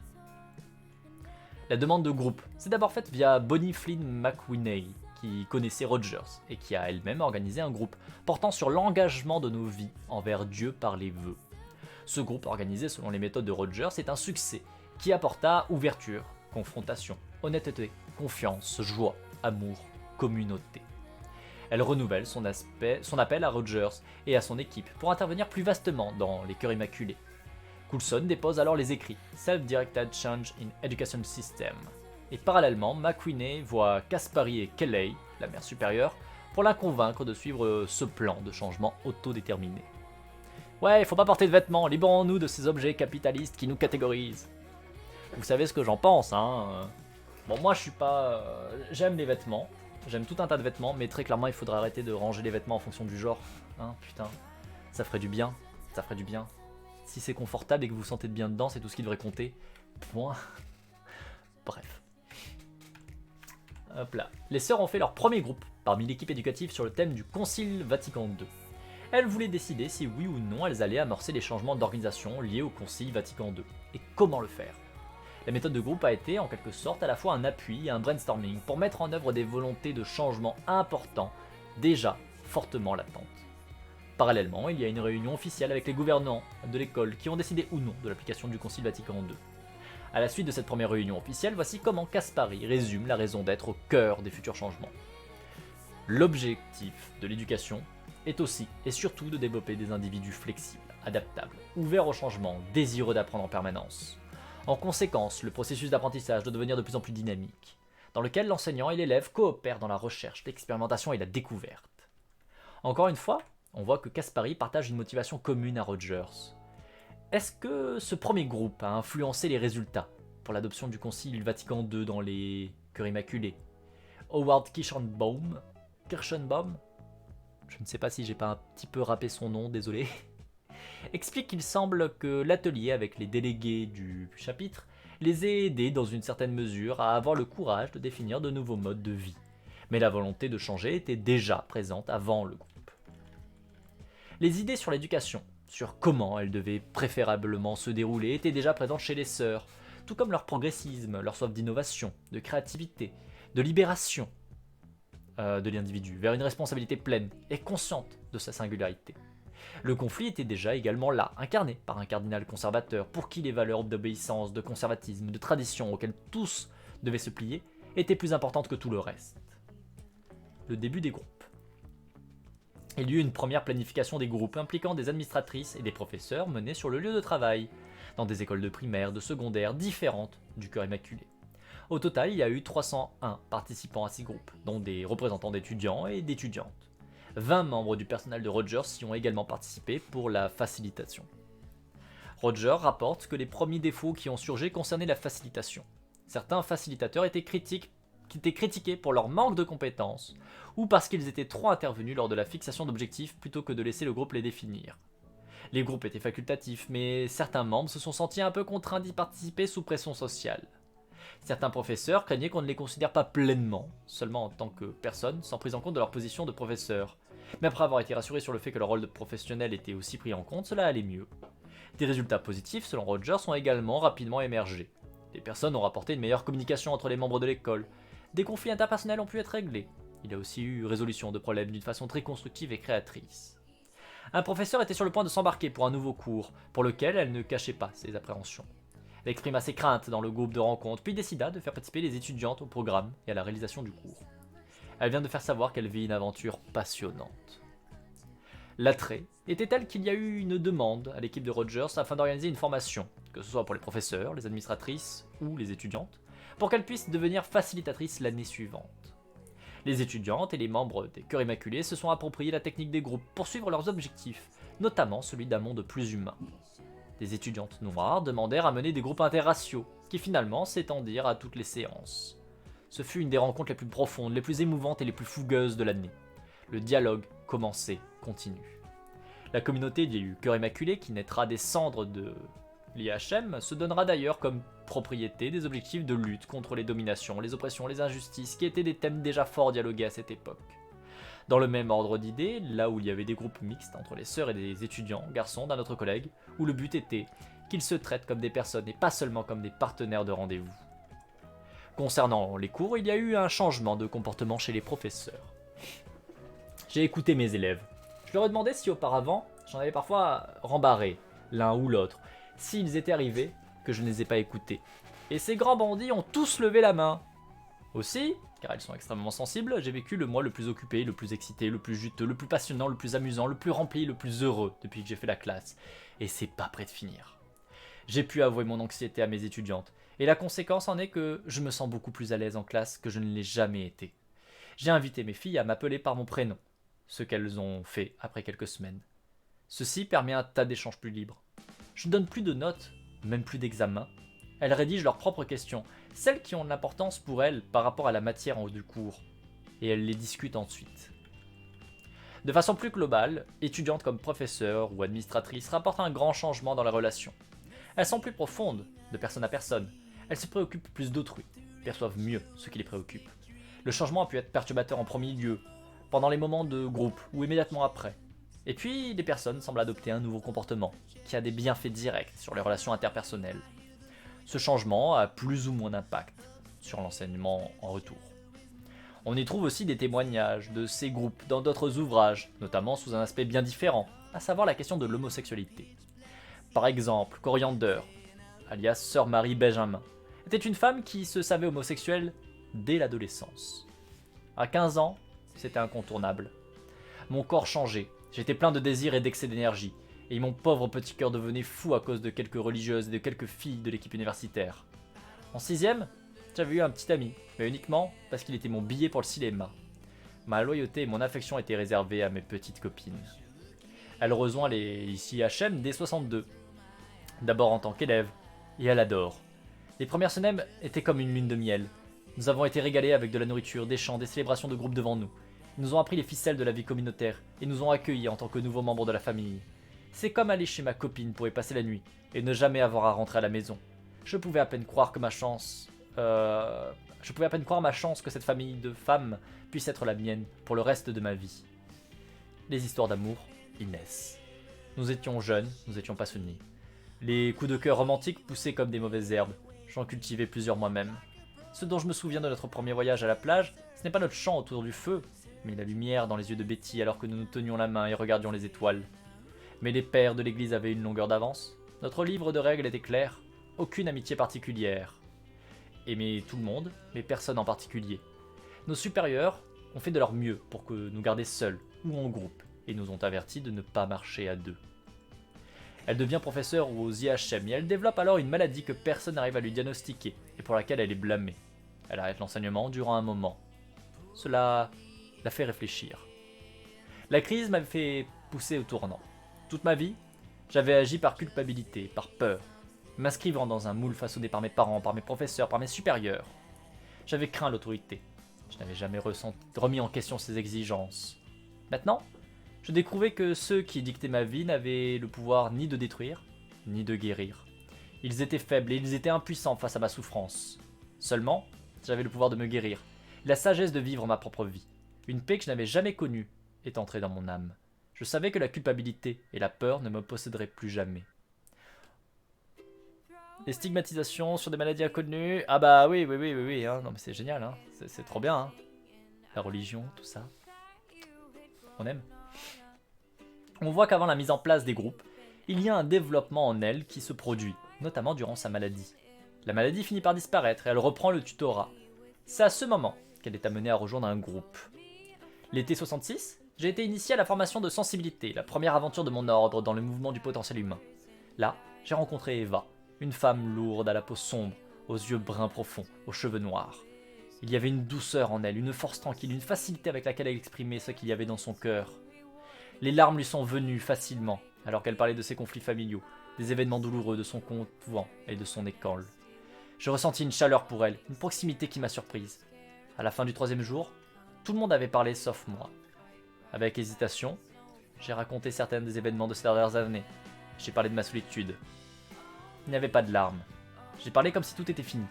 Mais en regardant autour de moi, j'ai vu ma douleur se refléter dans les yeux des autres, en particulier dans ceux d'Eva. Une semaine plus tard, dans le parking du collège, une religieuse s'est précipitée et m'a jeté ses bras autour de moi dans une étreinte chaleureuse. C'était Eva. Ses yeux étaient pleins de tendresse alors qu'elle me saluait comme une vieille amie. Comme nous suivions tous les deux des cours à l'université, nous nous voyions souvent. J'ai parlé, elle a pleuré, nous avons ri. Je lui ai dit que je craignais d'avoir un terrible béguin pour elle. Et elle a dit « Super, profites-en. » Profites-en? Après toutes ces années, quelqu'un me disait d'apprécier mes sentiments. Progressivement, la relation devient complètement amoureuse et elles finissent par avoir un rapport sexuel. Jamais de ma vie je ne m'étais sentie aussi vivante. Mon moral était bon. J'étais en bonne santé, j'étais forte, j'appréciais des plaisirs dont j'avais jamais rêvé. Mais à cette appréciation pour les plaisirs de notre intimité, sont venus s'ajouter des sentiments de culpabilité qui me rongeaient. Sûrement étions-nous allés bien au-delà de l'imagination de ceux qui disent « pas d'amitié particulière ». Étais-je encore célibataire? Sinon, qu'est-ce que je faisais au couvent? Personne n'avait jamais dit que le célibat signifiait ne pas aimer les femmes. Était-ce quelque chose de terrible? J'en ai parlé à un prêtre qui a refusé de porter un jugement sur mes actions. Il a dit que c'était à moi de décider si nous avions raison ou tort. Il a ouvert une porte et j'ai traversé, réalisant que j'étais seul. J'ai poursuivi ma relation avec Eva, j'ai terminé mon année d'enseignement. Mais la culpabilité a persisté, jusqu'à ce que je ne puisse plus ignorer les contradictions incarnées dans ma relation. Toute ma vie, mes parents, mes professeurs avaient utilisé la culpabilité et la peur pour me faire les choses à leur manière, jusqu'à ce que je sois si malade que je ne pouvais plus rien faire. Ce n'est qu'à la fin de ma maladie que j'ai pu voir ma vie comme la mienne. En aimant Eva, je grandissais comme dans une direction, en contradiction avec les objectifs du couvent, d'obéissance, de service à l'église. J'ai commencé à prendre des décisions, non pas culpabilité, mais selon la voix de mon intuition et la sagesse de mon corps. J'ai commencé à voir l'église plus objectivement. Elle était dirigée par des hommes, pas par Dieu. Mon allégeance à l'église n'était pas un destin, mais elle était un choix. J'ai quitté le couvent en 68 car ces murs étaient devenus une prison. La peur m'y attirait pour me protéger. La peur qui m'y attirait pour me protéger avait perdu son pouvoir. Le couvent ne pouvait plus rien faire d'autre que me bloquer. Mon esprit mourait de faim pour la vie que j'avais abandonnée étant enfant. Il était temps de se rattraper. On remarque dans ce témoignage que le prêtre auquel elle s'est confiée a été très rogérien en lui laissant l'autonomie de décider par elle-même. C'est exactement ce que je suis en train de me dire. Je me disais, le prêtre en vrai, il a eu un très bon move. Le prêtre, il lui a dit, écoute, c'est pas à moi de te dire si c'est bien ou c'est pas bien. C'est toi qui sais. C'est toi qui décides. Est-ce que ça te convient ou est-ce que ça te convient pas? Est-ce que tu penses que c'est mal ou est-ce que tu penses que c'est pas mal? C'est toi qui vois. Moi, je peux pas te dire si c'est bien ou si c'est pas bien. Il y a que toi qui sais. Ça, c'est très bien. En vrai, ça, c'était un bon prêtre. Pour le coup, moi, j'ai beaucoup côtoyé... Enfin, j'ai côtoyé quelques prêtres qui n'étaient pas des bons prêtres. On va dire ça comme ça. Là, pour le coup, très bien. Très bien. Je trouve ça très propre. Je trouve ça très propre. Pourquoi est-ce que je dis que j'ai côtoyé un prêtre qui était pas cool? En fait, il faut savoir que moi, je suis dans une ville qui s'appelle, du coup, en l'occurrence, Saint-Maximin la Sainte-Baume, et qui contient le 3e tombeau de la chrétienté. Nous avons la tête de Marie qui est dans la crypte de notre basilique, donc c'est un lieu de pèlerinage assez important, il paraît. Bon, moi je suis pas religieux, je suis pas chrétien, donc voilà, mais en l'occurrence, voilà, il paraît que c'est un peu important. Et donc tu as un gros bâtiment, la basilique de Saint-Maximin, hein. C'est un bel bâtisse, hein, avec un joli petit crâne enfermé dans la crypte qu'on peut voir à travers une vitre. Et du coup moi j'y allais, notamment quand j'étais au lycée, j'y étais allé, parce que en printemps il fait très chaud, je suis dans le Var, et il fait super chaud. Et il fait vachement frais dans l'église, et j'ai toujours été attiré par les bâtiments religieux. Je trouve qu'il y a une beauté dans les bâtiments religieux qui est incroyable. Même si je ne suis pas religieux moi-même, je trouve que les bâtiments sont assez ouf, et les œuvres qu'il y a dedans sont assez ouf en général, et me touchent beaucoup. Et du coup, j'aimais bien passer du temps dans le bâtiment. Et en fait, comme c'est un lieu de culte un peu important, on a beaucoup de prêtres qui transitent par là. En fait, on a beaucoup de personnes qui sont des prêtres qui viennent d'un peu partout à travers le monde et qui viennent passer un peu de temps ici. Et une fois, je suis tombé sur un prêtre qui très clairement était d'origine étrangère. Je pense peut-être un Italien ou un truc du genre, vu son accent. Bref, peu importe. Et qui m'avait dit, en gros, casse-toi, sors de l'église parce que t'es pas chrétien. Ce qui s'est passé en fait, c'est que moi j'étais à l'époque gothique, hein, on va pas se mentir, j'étais bien gothique, donc tenue noire, des chaînes, tout ce que vous voulez quoi. Et notamment j'avais un ankh, j'avais un collier qui était un ankh, donc un ankh c'est une croix égyptienne qui était assez gros, hein, parce que l'ankh faisait bien cette taille là, hein, donc vraiment un bel ankh. Et j'étais tranquillement en train de déambuler dans la basilique sans faire de bruit ou quoi que ce soit, hein, juste je marchais. Et il y a ce prêtre qui vient m'aborder et qui en gros me dit vous croyez en Dieu? Et je dis bah non, pas vraiment. Donc vous n'êtes pas chrétien? Non, pas vraiment. Bah alors vous avez rien à faire dans la maison de Dieu, cassez-vous. Et moi j'étais là en mode ah ouais, c'est comme ça que ça marche la prêtrise du coup ok, cool. Bien, et du coup je me suis fait chasser de la basilique. Voilà, je me suis fait foutre dehors par un prêtre random une fois, c'était incroyable. Donc pour le coup ça je pense que c'était pas un très bon prêtre. Est-ce qu'il y a une photo de ma période gothique? Alors il n'y a pas beaucoup de photos de ma période gothique, mais je pense qu'il doit y en avoir sur Facebook. Si un jour vous trouvez mon profil Facebook, il est possible que vous trouviez des photos du collège et du lycée et que du coup vous trouviez des photos de moi gothique, mais c'est improbable, mais parce qu'il n'y a jamais eu beaucoup de photos de moi. Il n'y en a jamais eu beaucoup. Mais c'est possible que ça existe. Rare, mais c'est possible que ça existe. Mais bon, voilà. Mais bon. Je continue quand même le texte. Mais du coup, voilà. Je trouve que le prêtre là qu'il y a eu dans cet extrait est vraiment intéressant pour son discours, justement, de dire à la nonne, mais c'est pas à moi de te juger en fait. C'est toi qui sais. C'est toi qui peux savoir si c'est bien ou pas bien. Je trouve que c'est très très bien. Coriander a continué sa vie avec Eva un moment, puis elle s'est engagée en politique dans une militance radicale de gauche. Eva la quitte, Coriander tentera d'autres relations hétérosexuelles, mais elle découvrira qu'elle est totalement et indéniablement homosexuelle. Elle s'engagera à la fois contre la guerre au Vietnam, dans des mouvements féministes et dans des communautés amérindiennes. À l'heure où elle écrivait ce témoignage, en 85, elle était formatrice pour des adultes handicapés. Sa vie fut riche de rôles variés. Quand les gens me demandent ce que je fais ou qui je suis, je pense que toute ma vie j'ai été clown, avec mes différents costumes et philosophies, religieuse, militante, hippie, chevrière, gitane. Je vois toutes mes identités comme un jeu, et comme réel. Je veux jouer toutes les parties que je peux. Et je peux le faire plus librement maintenant, parce que je n'ai pas à devenir un seul rôle, comme je l'ai fait un temps en étant religieuse. Je suis moi-même derrière mes masques, et mon moi ressort à travers les masques, et mon jeu est réel. Tant que je peux continuer à jouer, j'ai le courage de continuer à vivre. Lorsque l'on croise les témoignages avec ce qui a pu se passer dans les groupes, on voit qu'au fond, les personnes n'ont pas adopté quelque chose provenant uniquement de Rogers ou de groupes, mais qu'ils ont saisi ces groupes pour exprimer plus pleinement ce qui était déjà en eux, que ce soit des objectifs pédagogiques, le souhait d'avoir des relations et des communications plus authentiques, des idéaux de justice sociale, l'envie de résoudre des problématiques personnelles.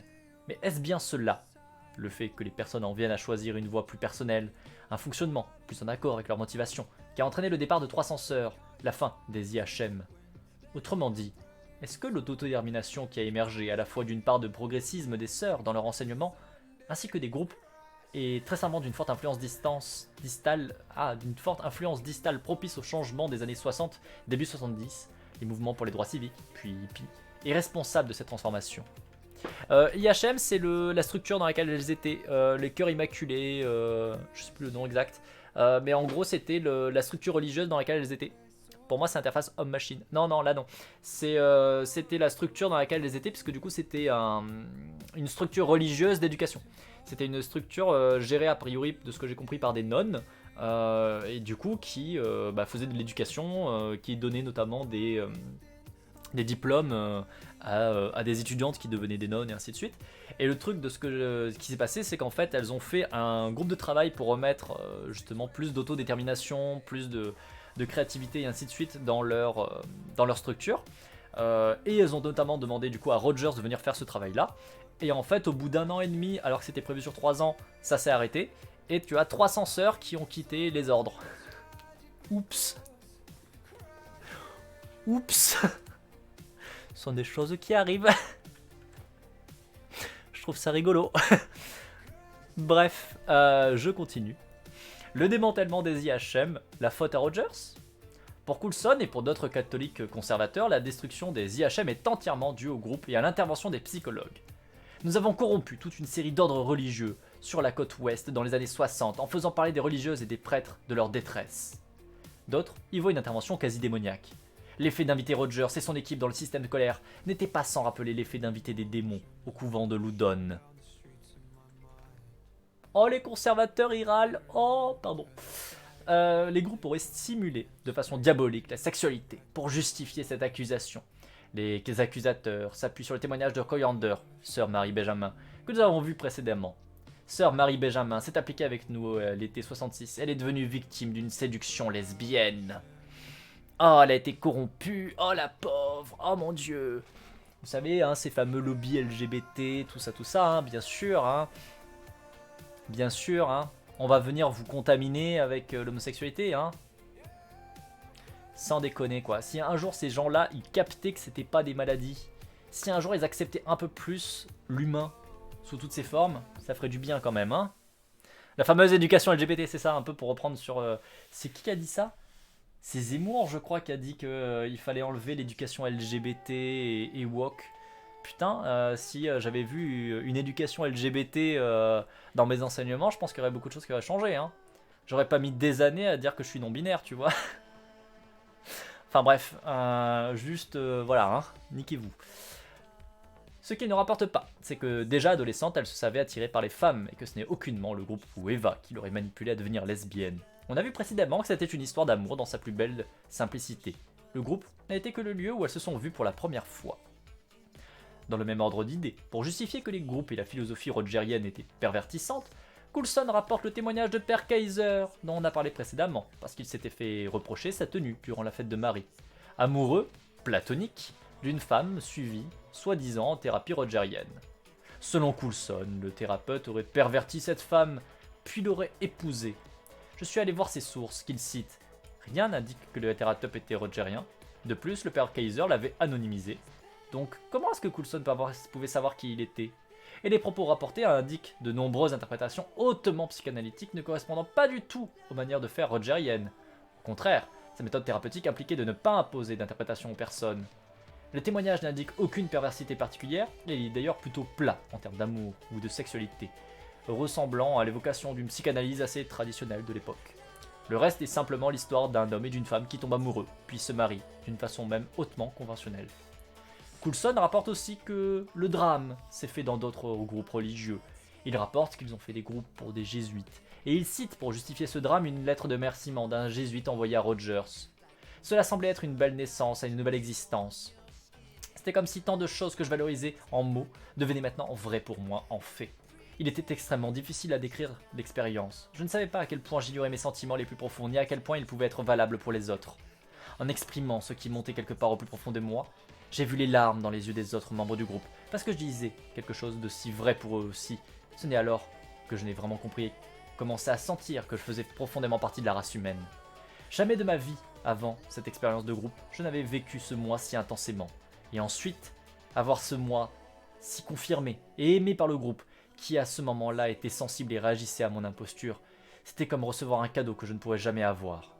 Ce jésuite, qui devait entrer dans les ordres, ne l'a finalement pas fait. C'est cet engagement qu'il nomme imposture et que Coulson estime catastrophique. Autrement dit, on a l'impression que dans ses critiques, le vrai problème, c'est l'autodétermination qui réussit à susciter ces groupes chez certains. Cette révolution, on le voit, n'a pas lieu chez les profils déjà très autonomes et singuliers, où finalement, nous semble juste qu'aider à prendre une décision et à affirmer des valeurs qui étaient là depuis déjà longtemps, comme avec les sœurs et leur progressisme, leur motivation suite au Concile Vatican II. Remarque, la France a interdit les thérapies de conversion. Enfin, oui. Et oui, et oui. Et oui. C'est arrivé là il y a une semaine, je crois, même pas, que c'est enfin passé. On a quand même eu une vingtaine de trous du cul qui ont dit non, non. On a eu tout un tas de gens, notamment de TERF, qui ont essayé de bloquer les votes. Incroyable, hein, comme d'hab. Enfin, il y a plein de trucs qui vont pas quand même à côté, mais au moins les thérapies de conversion sont enfin interdites en France, alors que ça fait littéralement des putains d'années que c'est demandé par l'Union Européenne. Je vous rappelle qu'on a fait un live dans lequel on en a parlé, et où j'avais montré notamment une carte de l'Europe, des pays européens. Vous avez l'obligation par l'Europe, en fait, ça fait partie des accords qu'ils ont en tant qu'Union Européenne, que les thérapies de conversion soient interdites, et au final, il y avait donc jusqu'à présent que 3 pays qui avaient réellement interdit les thérapies de conversion, en tout et pour tout. Maintenant, on est 4. Yeah. Et la grande majorité des pays, non, rien n'a pété. C'est-à-dire que l'Union Européenne leur dit franchement, les thérapies de conversion, vraiment, c'est de la torture, c'est de la merde, hein, il faut vraiment arrêter. Et les pays font, on s'en fout. On s'en branle. On s'en branle. On s'en branle. On s'en branle. Voilà. Cool, hein? Génial, génial. Progressisme, tout ça, hein? Oh! Mais enfin bref. De 66 à 69, on a à la fois dans les IHM des révolutions dans l'organisation. Système plus démocratique où toutes les sœurs peuvent construire la politique des établissements. Fin d'obligations telles que certaines prières. Fin de l'obligation à porter certaines tenues. Création d'événements créatifs et festifs. Et on voit que cela ne passe pas chez tout le monde, y compris chez certaines élèves. Coulson cite par exemple le témoignage de sœur Cordova pour appuyer à quel point ces nouvelles politiques étaient vécues comme un chaos. Effectivement, celle-ci n'appréciait pas ces changements liés au Concile II, mais il oublie de mentionner dans quel contexte particulier sa dépréciation s'inscrit. Voyons son témoignage. Jeanne Cordova décide à 7 ans de rentrer dans les ordres. J'ai fait le vœu à l'enfant de Prague d'entrer au couvent une fois grande et de donner ma vie au service de Dieu. Tout comme dans les films où la star tombe amoureuse et se marie, ce serait avec moi et Jésus. Tomber amoureux de Jésus et de Marie était une obsession simple, irrationnelle et inexplicable. Jésus a donné sa vie pour moi. Qui pourrait demander plus à un amoureux? Marie, douce mère, douce protectrice, source de soins sans fin, était la parfaite amante pour n'importe qui. Big Daddy God lui-même a promis des récompenses comme l'immortalité si vous suivez simplement son programme pendant toute votre vie mortelle. Pendant 12 ans, j'étais dans les affres d'un engagement éternel envers mon premier amant, Dieu. Elle finit par rejoindre l'IHM de Montecito, celui qui a connu les premiers groupes. Elle tombe amoureuse de Michel, passe son temps avec elle. Elle est alors convoquée par Gaspari, qui les reprend en disant qu'elles sont des amies particulières, que ce n'est pas la voix de Dieu. Elle comprend pas immédiatement l'expression, mais ensuite Cordova comprend qu'il s'agit de relations amoureuses et ou sexuelles entre les sœurs. Michel finit par partir suite à une maladie. Leur histoire platonique s'arrête lorsqu'elle apprend aussi que celle-ci a noué une amitié particulière avec une autre personne. Puis elle tombe amoureuse d'une autre sœur, mais cette dernière est envoyée au bout de 3 semaines. Au milieu de ces tremblements de terre, de ma sexualité latente, le Concile du Vatican a changé le cours de la vie de ce petit monde. Tous les États-Unis catholiques entendront bientôt parler de Sœur Corita et des IHM, cet ordre fou en Californie qui va trop loin. Cordova rejette ce Concile Vatican II et les changements que cela augure pour les IHM qui le suivent, à savoir les prières qui ne sont plus en latin, qu'il est autorisé de manger de la viande le vendredi, que les non-catholiques sont dits aussi bons que les catholiques, que les sœurs se passent de l'habit formel. Puis, elle arrive au campus universitaire de l'IHM, qu'elle trouve magnifique, notamment ses cours avec Sœur Corita. La question des amitiés particulières revient. Sally m'a dit de ne pas m'inquiéter pour les amitiés particulières parce qu'elle savait que certaines des sœurs plus âgées étaient de véritables amies proches. Tandis que je traînais avec Sally, je pouvais voir que d'autres religieuses étaient des amies particulières à elle, mais je n'ai pas compris. Un jour, j'ai demandé à Michel la raison pour laquelle elle pouvait avoir des amies particulières alors que moi je ne le pouvais pas. Ce jour-là, sa réponse m'a rendu adulte. « Vous ne le faites pas correctement », a déclaré Michel. « Vous n'êtes pas subtil à ce sujet. Vous portez des chaussettes au lieu de bas. Vous vous coupez les cheveux trop courts. Vous portez ces lunettes de soleil sombres. Vous êtes trop évidente à ce sujet. » Trop évidente à propos de quoi? Ai-je demandé. À propos des amitiés particulières. Puis Michel s'est précipité à son dernier cours du vendredi. Trop évidente à propos des amis? C'est la connerie la plus stupide que j'ai jamais entendue. Au lycée, j'avais beaucoup d'amis, de toute façon. Qu'est-ce que mes chaussettes avaient à voir avec des amitiés particulières? Quelle différence cela fait-il de savoir combien de fois je vais voir Sally? Et si je suis subtil à ce sujet? Et puis, la lumière s'est levée. Michel essaye de me dire d'être plus furtive. L'obéissance signifie mentir et dire oui sœur, et puis de faire ce que vous voulez. Hypocrisie. L'hypocrisie lui est insoutenable.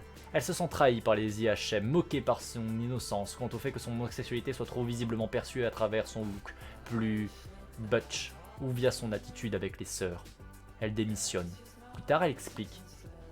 Je suis parti avec colère et amertume envers l'hypocrisie sanctifiée, croyant que c'était la raison pour laquelle j'ai arrêté. Lorsque nous quittons un amant, nous construisons des mensonges et admettons les vérités juste pour avoir le courage de partir. Toute excuse nous aide à survivre. J'ai transformé ma colère en amour pour les gays en tant que peuple opprimé. Mon amertume demande au monde hétéro de bouger, d'accepter nos droits. Je me demande ce que ma mère dirait maintenant, 17 ans plus tard, si je lui disais que la vraie raison pour laquelle j'ai été appelé à quitter le couvent. Serait-elle sous le choc, comme elle l'a si souvent été cette dernière décennie lorsqu'elle entend parler de mes exploits au nom de la libération gay? Si je lui disais que Dieu avait besoin de moi dans ce monde parce qu'il manquait de militants gays? Mon lesbianisme est plus que ma sexualité, c'est ma vocation. Elle est plutôt pas mal, hein. En vrai, les témoignages sont ouf, hein. Les témoignages sont incroyables, hein. La problématique n'est pas tant sa déception quant à l'aspect progressiste des CHM qu'elle appréciait durant les cours, mais tenté plutôt dans ses hypocrisies quant au lesbianisme, qui devait en effet se remarquer dans un contexte si ouvert des cours, des fêtes, avec l'activité à l'honneur.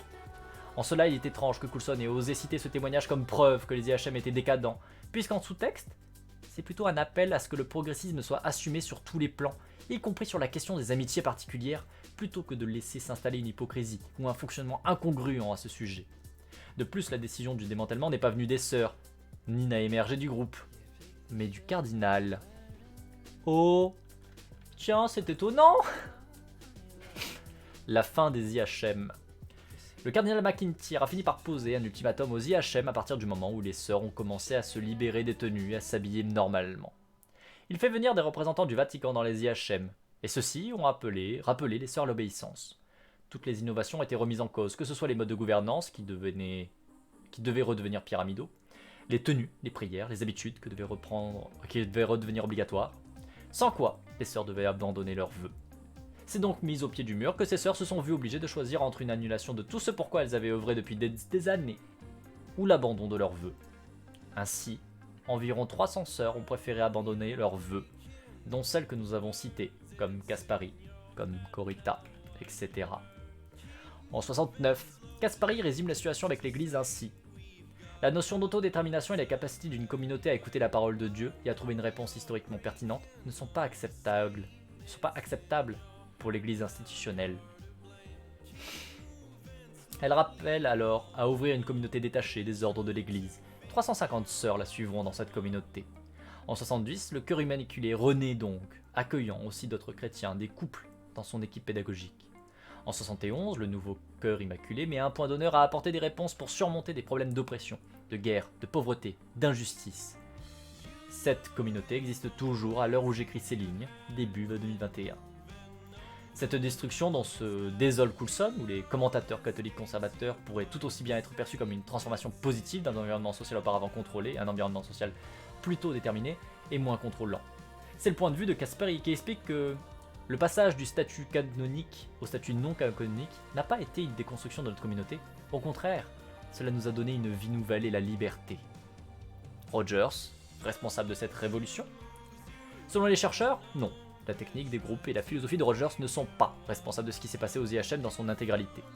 D'une part, les nonnes elles-mêmes avaient des visées et des idées déjà autodéterminantes qu'elles voulaient mettre en place. Et elles ont perçu le Concile Vatican II comme une opportunité pour y œuvrer davantage. Et les groupes ont aussi été adoptés pour permettre davantage ce passage à l'action. Sans compter que le climat général des années était propice à éveiller des souhaits de changement, de progrès sociaux, d'autodétermination. Cependant, l'influence rogerienne a néanmoins eu son importance. Que les groupes de rencontres aient eu un effet substantiel ou non, il faisait partie de ce que George A. Miller, en 1969, a annoncé comme le potentiel révolutionnaire de la psychologie. Il change notre image de la nature humaine. C'est exactement ce point qu'il est reproché par les catholiques conservateurs à Rogers, mais aussi à toute la psychologie. Dans l'interview de Coulson cité plus haut, on lui reproche de ne pas avoir vu le problème de Rogers qui était de croire au potentiel positif de l'humain, alors qu'il est erroné de penser cela pour un catholique selon eux, à cause du péché originel. Et puis d'ignorer le mal qui se niche dans les personnes, voire dans l'humanité tout entière. Les commentateurs conservateurs insistent encore sur cette histoire aux États-Unis. Ils estiment que Rogers et la psychologie positive, croyant au potentiel positif humain, et appelant donc à faire émerger une autodétermination, est dangereuse, car celle-ci ne croit pas au mal.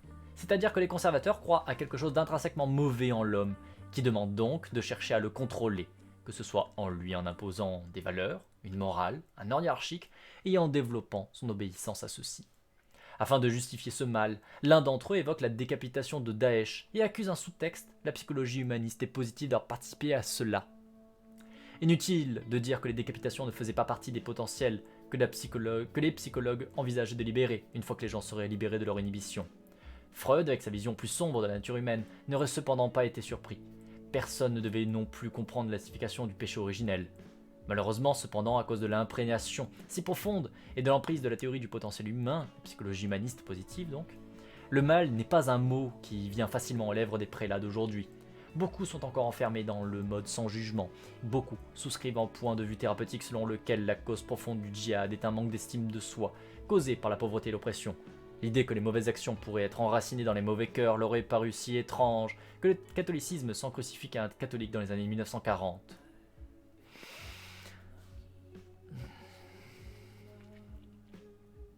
On va rien dire de plus, hein. Religieux, quoi. Conservateur religieux.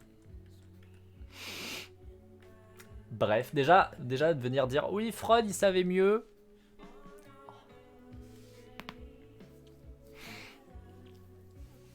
Bref, autrement dit, il y aurait selon lui des gens intrinsèquement mauvais. La nature humaine est, selon ses conservateurs, sombre comme l'envisageait Freud. On doit avoir peur de l'humain et du monde. Le monde est un endroit beaucoup plus dangereux qu'il n'aurait pu l'être autrement, sans l'intervention de la psychologie humaniste, s'entend. Le mouvement de sensibilité nous a désensibilisés à la réalité du mal. Beaucoup payent maintenant le prix de cette naïveté. Il accuse presque en sous-texte la psychologie d'être responsable des horreurs liées au terrorisme et aux guerres, parce qu'en croyant au potentiel humain, on aurait cessé de juger et de canaliser le mal, et qu'on aurait laissé passer l'horreur. Et on va pas parler de tous les actes de terrorisme qu'il y a eu depuis le début des temps, par tout un tas de personnes sous des principes religieux, mais voilà, genre les croisades, tout ça, on va dire que ça n'existe pas, mon fion.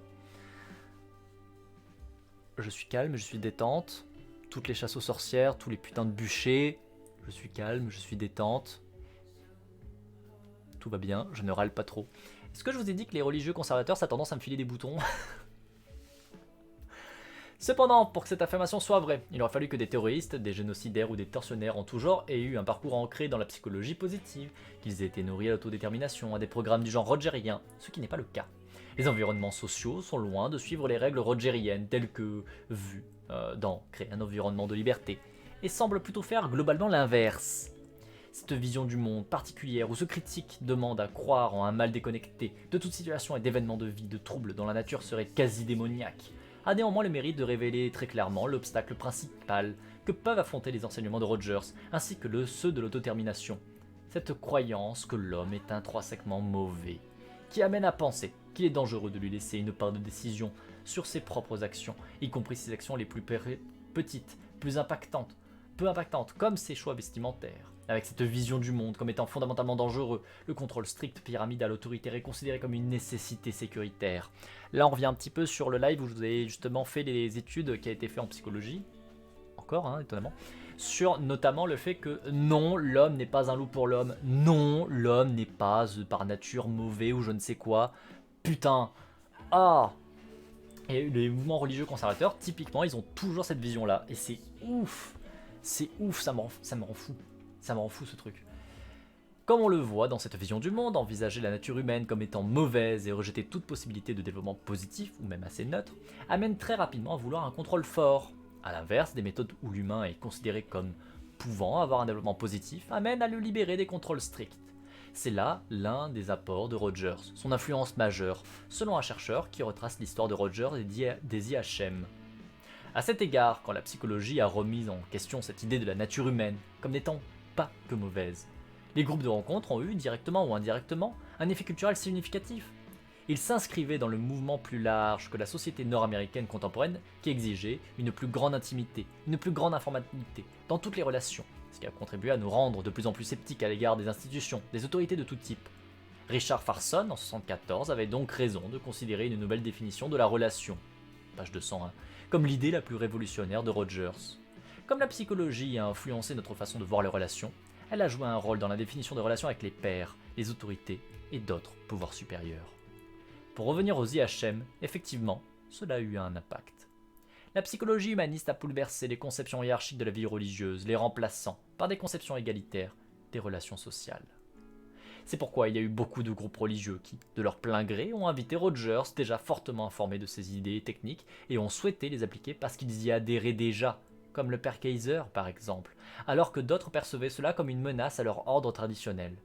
Au fond, cette décision des religieux à l'égard de cette forme de psychologie n'est pas liée à la religion elle-même, mais davantage à un esprit politique, avec d'un côté un progressisme social, où l'humain est considéré au moins comme pouvant tenter d'œuvrer à des choses positives, si on travaille à régler les conditions ou les problèmes qui bloquent cette constructivité. De l'autre côté, un conservatisme social où la nouveauté est perçue comme une menace du monde, vu comme dangereux, où le pouvoir hiérarchique est considéré comme mérité et justifié, ainsi garant de sécurité psychique et sociale, car il y a des individus intrinsèquement supérieurs et d'autres intrinsèquement maléfiques. On verra plus tard qu'on pourra nommer la position progressiste comme étant fondamentalement bas, score SDO-RWA, c'est-à-dire non autoritaire, non dominatrice, voire anti-autoritaire, anti-domination. et la position conservatrice selon une vision du monde perçue comme dangereux, comme au score en SDO et ou RWA, c'est-à-dire dans un autoritarisme de droite, une orientation à la domination sociale, c'est-à-dire prônant l'inégalité entre personnes. Ce n'est pas une question d'ordre religieux, mais c'est davantage une question d'orientation politique. Là, typiquement, si vous pensez à Zemmour, oui, il est très très à droite. Oui. Et oui, du coup, il fait preuve d'autoritarisme, et notamment de conservatisme, notamment religieux. Ah, et pas que, hein. Mais juste pour demander, c'est qui ce Rogers? J'ai soit oublié, soit j'étais pas là. Alors Carl Rogers, c'est un psychologue qui a travaillé dans les États-Unis dans les années 50, 60 en gros, et qui a mis en place en fait tout un nouveau courant de pensée qui est ce qu'on appelle la psychologie positive. En fait, c'est la psychologie par l'autodétermination. C'est toute une manière de faire la psychologie où en fait le praticien, le thérapeute, ne va pas être celui qui va t'apporter des réponses. En fait, c'est une pratique dans laquelle, en fait, en tant que thérapeute, tu vas venir aider une personne à faire son propre chemin toute seule à elle. T'es juste là, en fait, pour lui permettre de se réaliser elle. Et toi, t'es pas là pour venir apporter tes réponses et dire écoute ça, en fait, c'est ça. Bonjour. Bonjour. Bah, elle est où ta mèche rouge? Ah oui, t'en as fait là-dedans. Je croyais que c'était ta mèche blanche que tu voulais faire en mèche rouge. Du coup, tu l'as agrandie par contre. Oui. Tu peux faire coucou YouTube aussi. Bonjour YouTube. Voilà. On va pas trop tarder à couper la VOD. Ça sent la bouffe. Oui, j'ai pris la cantina. Oh, Bah ça oui. sent la bouffe. Quoi? Bah oui, comment j'étais censé deviner? Et parce que j'ai été envoyé un message, en fait, j'ai pas pris les bonnes clés, du coup j'ai pas récupéré les courses. Ah, bon, c'est pas grave. C'est pas grave. Ah, je me fais poser partout. Ah, du coup, t'as déconnecté la caméra l'espace d'un instant. Mais du coup, voilà, Rogers, c'est quelqu'un, pour finir là-dessus, et je pense que je vais couper globalement la VOD pas loin. Attends. Je monte ma nouvelle coupe ou pas? Mais je peux aller jusque là et après je coupe la VOD, parce que là on est sur YouTube en fait. Pardon. C'est ça que j'aimerais finir. Pour finir très vite avec Rogers, et merci beaucoup pour les petites baits. Anémone, tu dois draguer Ah un putain, c'est pigeon. vrai. Quoi? On a eu un train de la hype. Ah ouais. Tu vois pas la barre? Oh putain. Ah oui, on va faire Okosan. Oui, on va faire Okosan cet après-midi. Oui, on va faire Okosan cet après-midi. Et tu sais qui c'est qui a rempli l'objectif? Non. Je sais pas si t'es toujours là. Monsieur Idan a fait exprès d'offrir les 3 derniers subs qui manquaient. Mais non, Mais si, c'est génial. on a Idan qui passe sur le live maintenant. Alors je sais pas s'il est toujours là parce qu'il avait dit qu'il était avec sa fille, mais potentiellement il est toujours là, caché dans Tu le fond. dois draguer un pigeon et je le draguerai pour vous, ce pigeon. Croyez-moi, je vais le faire et je vais m'éclater. Ah oui. Fais-moi un bisou. Je finis du coup quand même vite fait la VOD. T'as failli tomber, c'est ça? Oui, j'ai pas failli marcher sur Brandy. Mon cœur. Je vais juste finir vite le texte et on coupera la VOD là-dessus. Donc petite fougère de YouTube, c'est la fin. En résumé, et pour répondre à notre question initiale, oui, les méthodes et les visions particulières de Rogers qui les encadrent nourrissent bien l'autonomie des personnes, les amènent à s'autodéterminer, si jamais elles ne l'étaient pas déjà, et peuvent aider à faire émerger une autodétermination au sein d'un environnement social. Ces méthodes ne conduisent en rien les objectifs, le contenu, la voie qui sous-tendent cette autodétermination, mais elles la nourrissent, parfois en donnant un nouveau courage, parfois en aidant à clarifier des décisions déjà présentes en individu, parfois en lui permettant de s'ouvrir à de nouveaux modes de relations sociales. Cependant, ces discours d'autodétermination ne fonctionnent absolument pas dans des environnements ou sur des individus autoritaires, dominateurs, qui y perçoivent une forte menace, même y voient là leur adversaire ultime, parce que selon eux, la liberté des personnes est la source du mal et la domination un garant de la sécurité. Autrement dit, si l'on souhaite être autodéterminateur, être autodéterminé, il est impossible dans ces cas de tirer quelques bénéfices authentiques de la théorie de l'autodétermination, des savoirs de Rogers et assez globalement de la psychologie positive, parce que cette vision du monde comme dangereux s'oppose totalement à la liberté, y compris à la nôtre, et verrouille tout apprentissage pleinement autodéterminé. Et voilà, c'est fini. Petite fougère de YouTube, on s'arrête là pour cette VOD qui a été très longue en vrai. Je pense qu'il y a quasiment 2 heures de VOD. C'était un gros passage sur les religions, sur le catholicisme, les conservateurs et comment s'en libérer, c'était bien. Je pense que ça aurait pu te plaire d'ailleurs comme passage. Ah si. Je suis beaucoup trop vénère pour ça. Non mais si. Parce que... Enfin attends, je vais couper la VOD et je te le dis après. Bref, du coup, petite fougère de YouTube, n'hésite pas à rejoindre les live, on est toujours bien, on est toujours en train de discuter. N'hésite pas évidemment à commenter, à partager la chaîne, c'est toujours cool. Des bisous, à très bientôt. Ciao.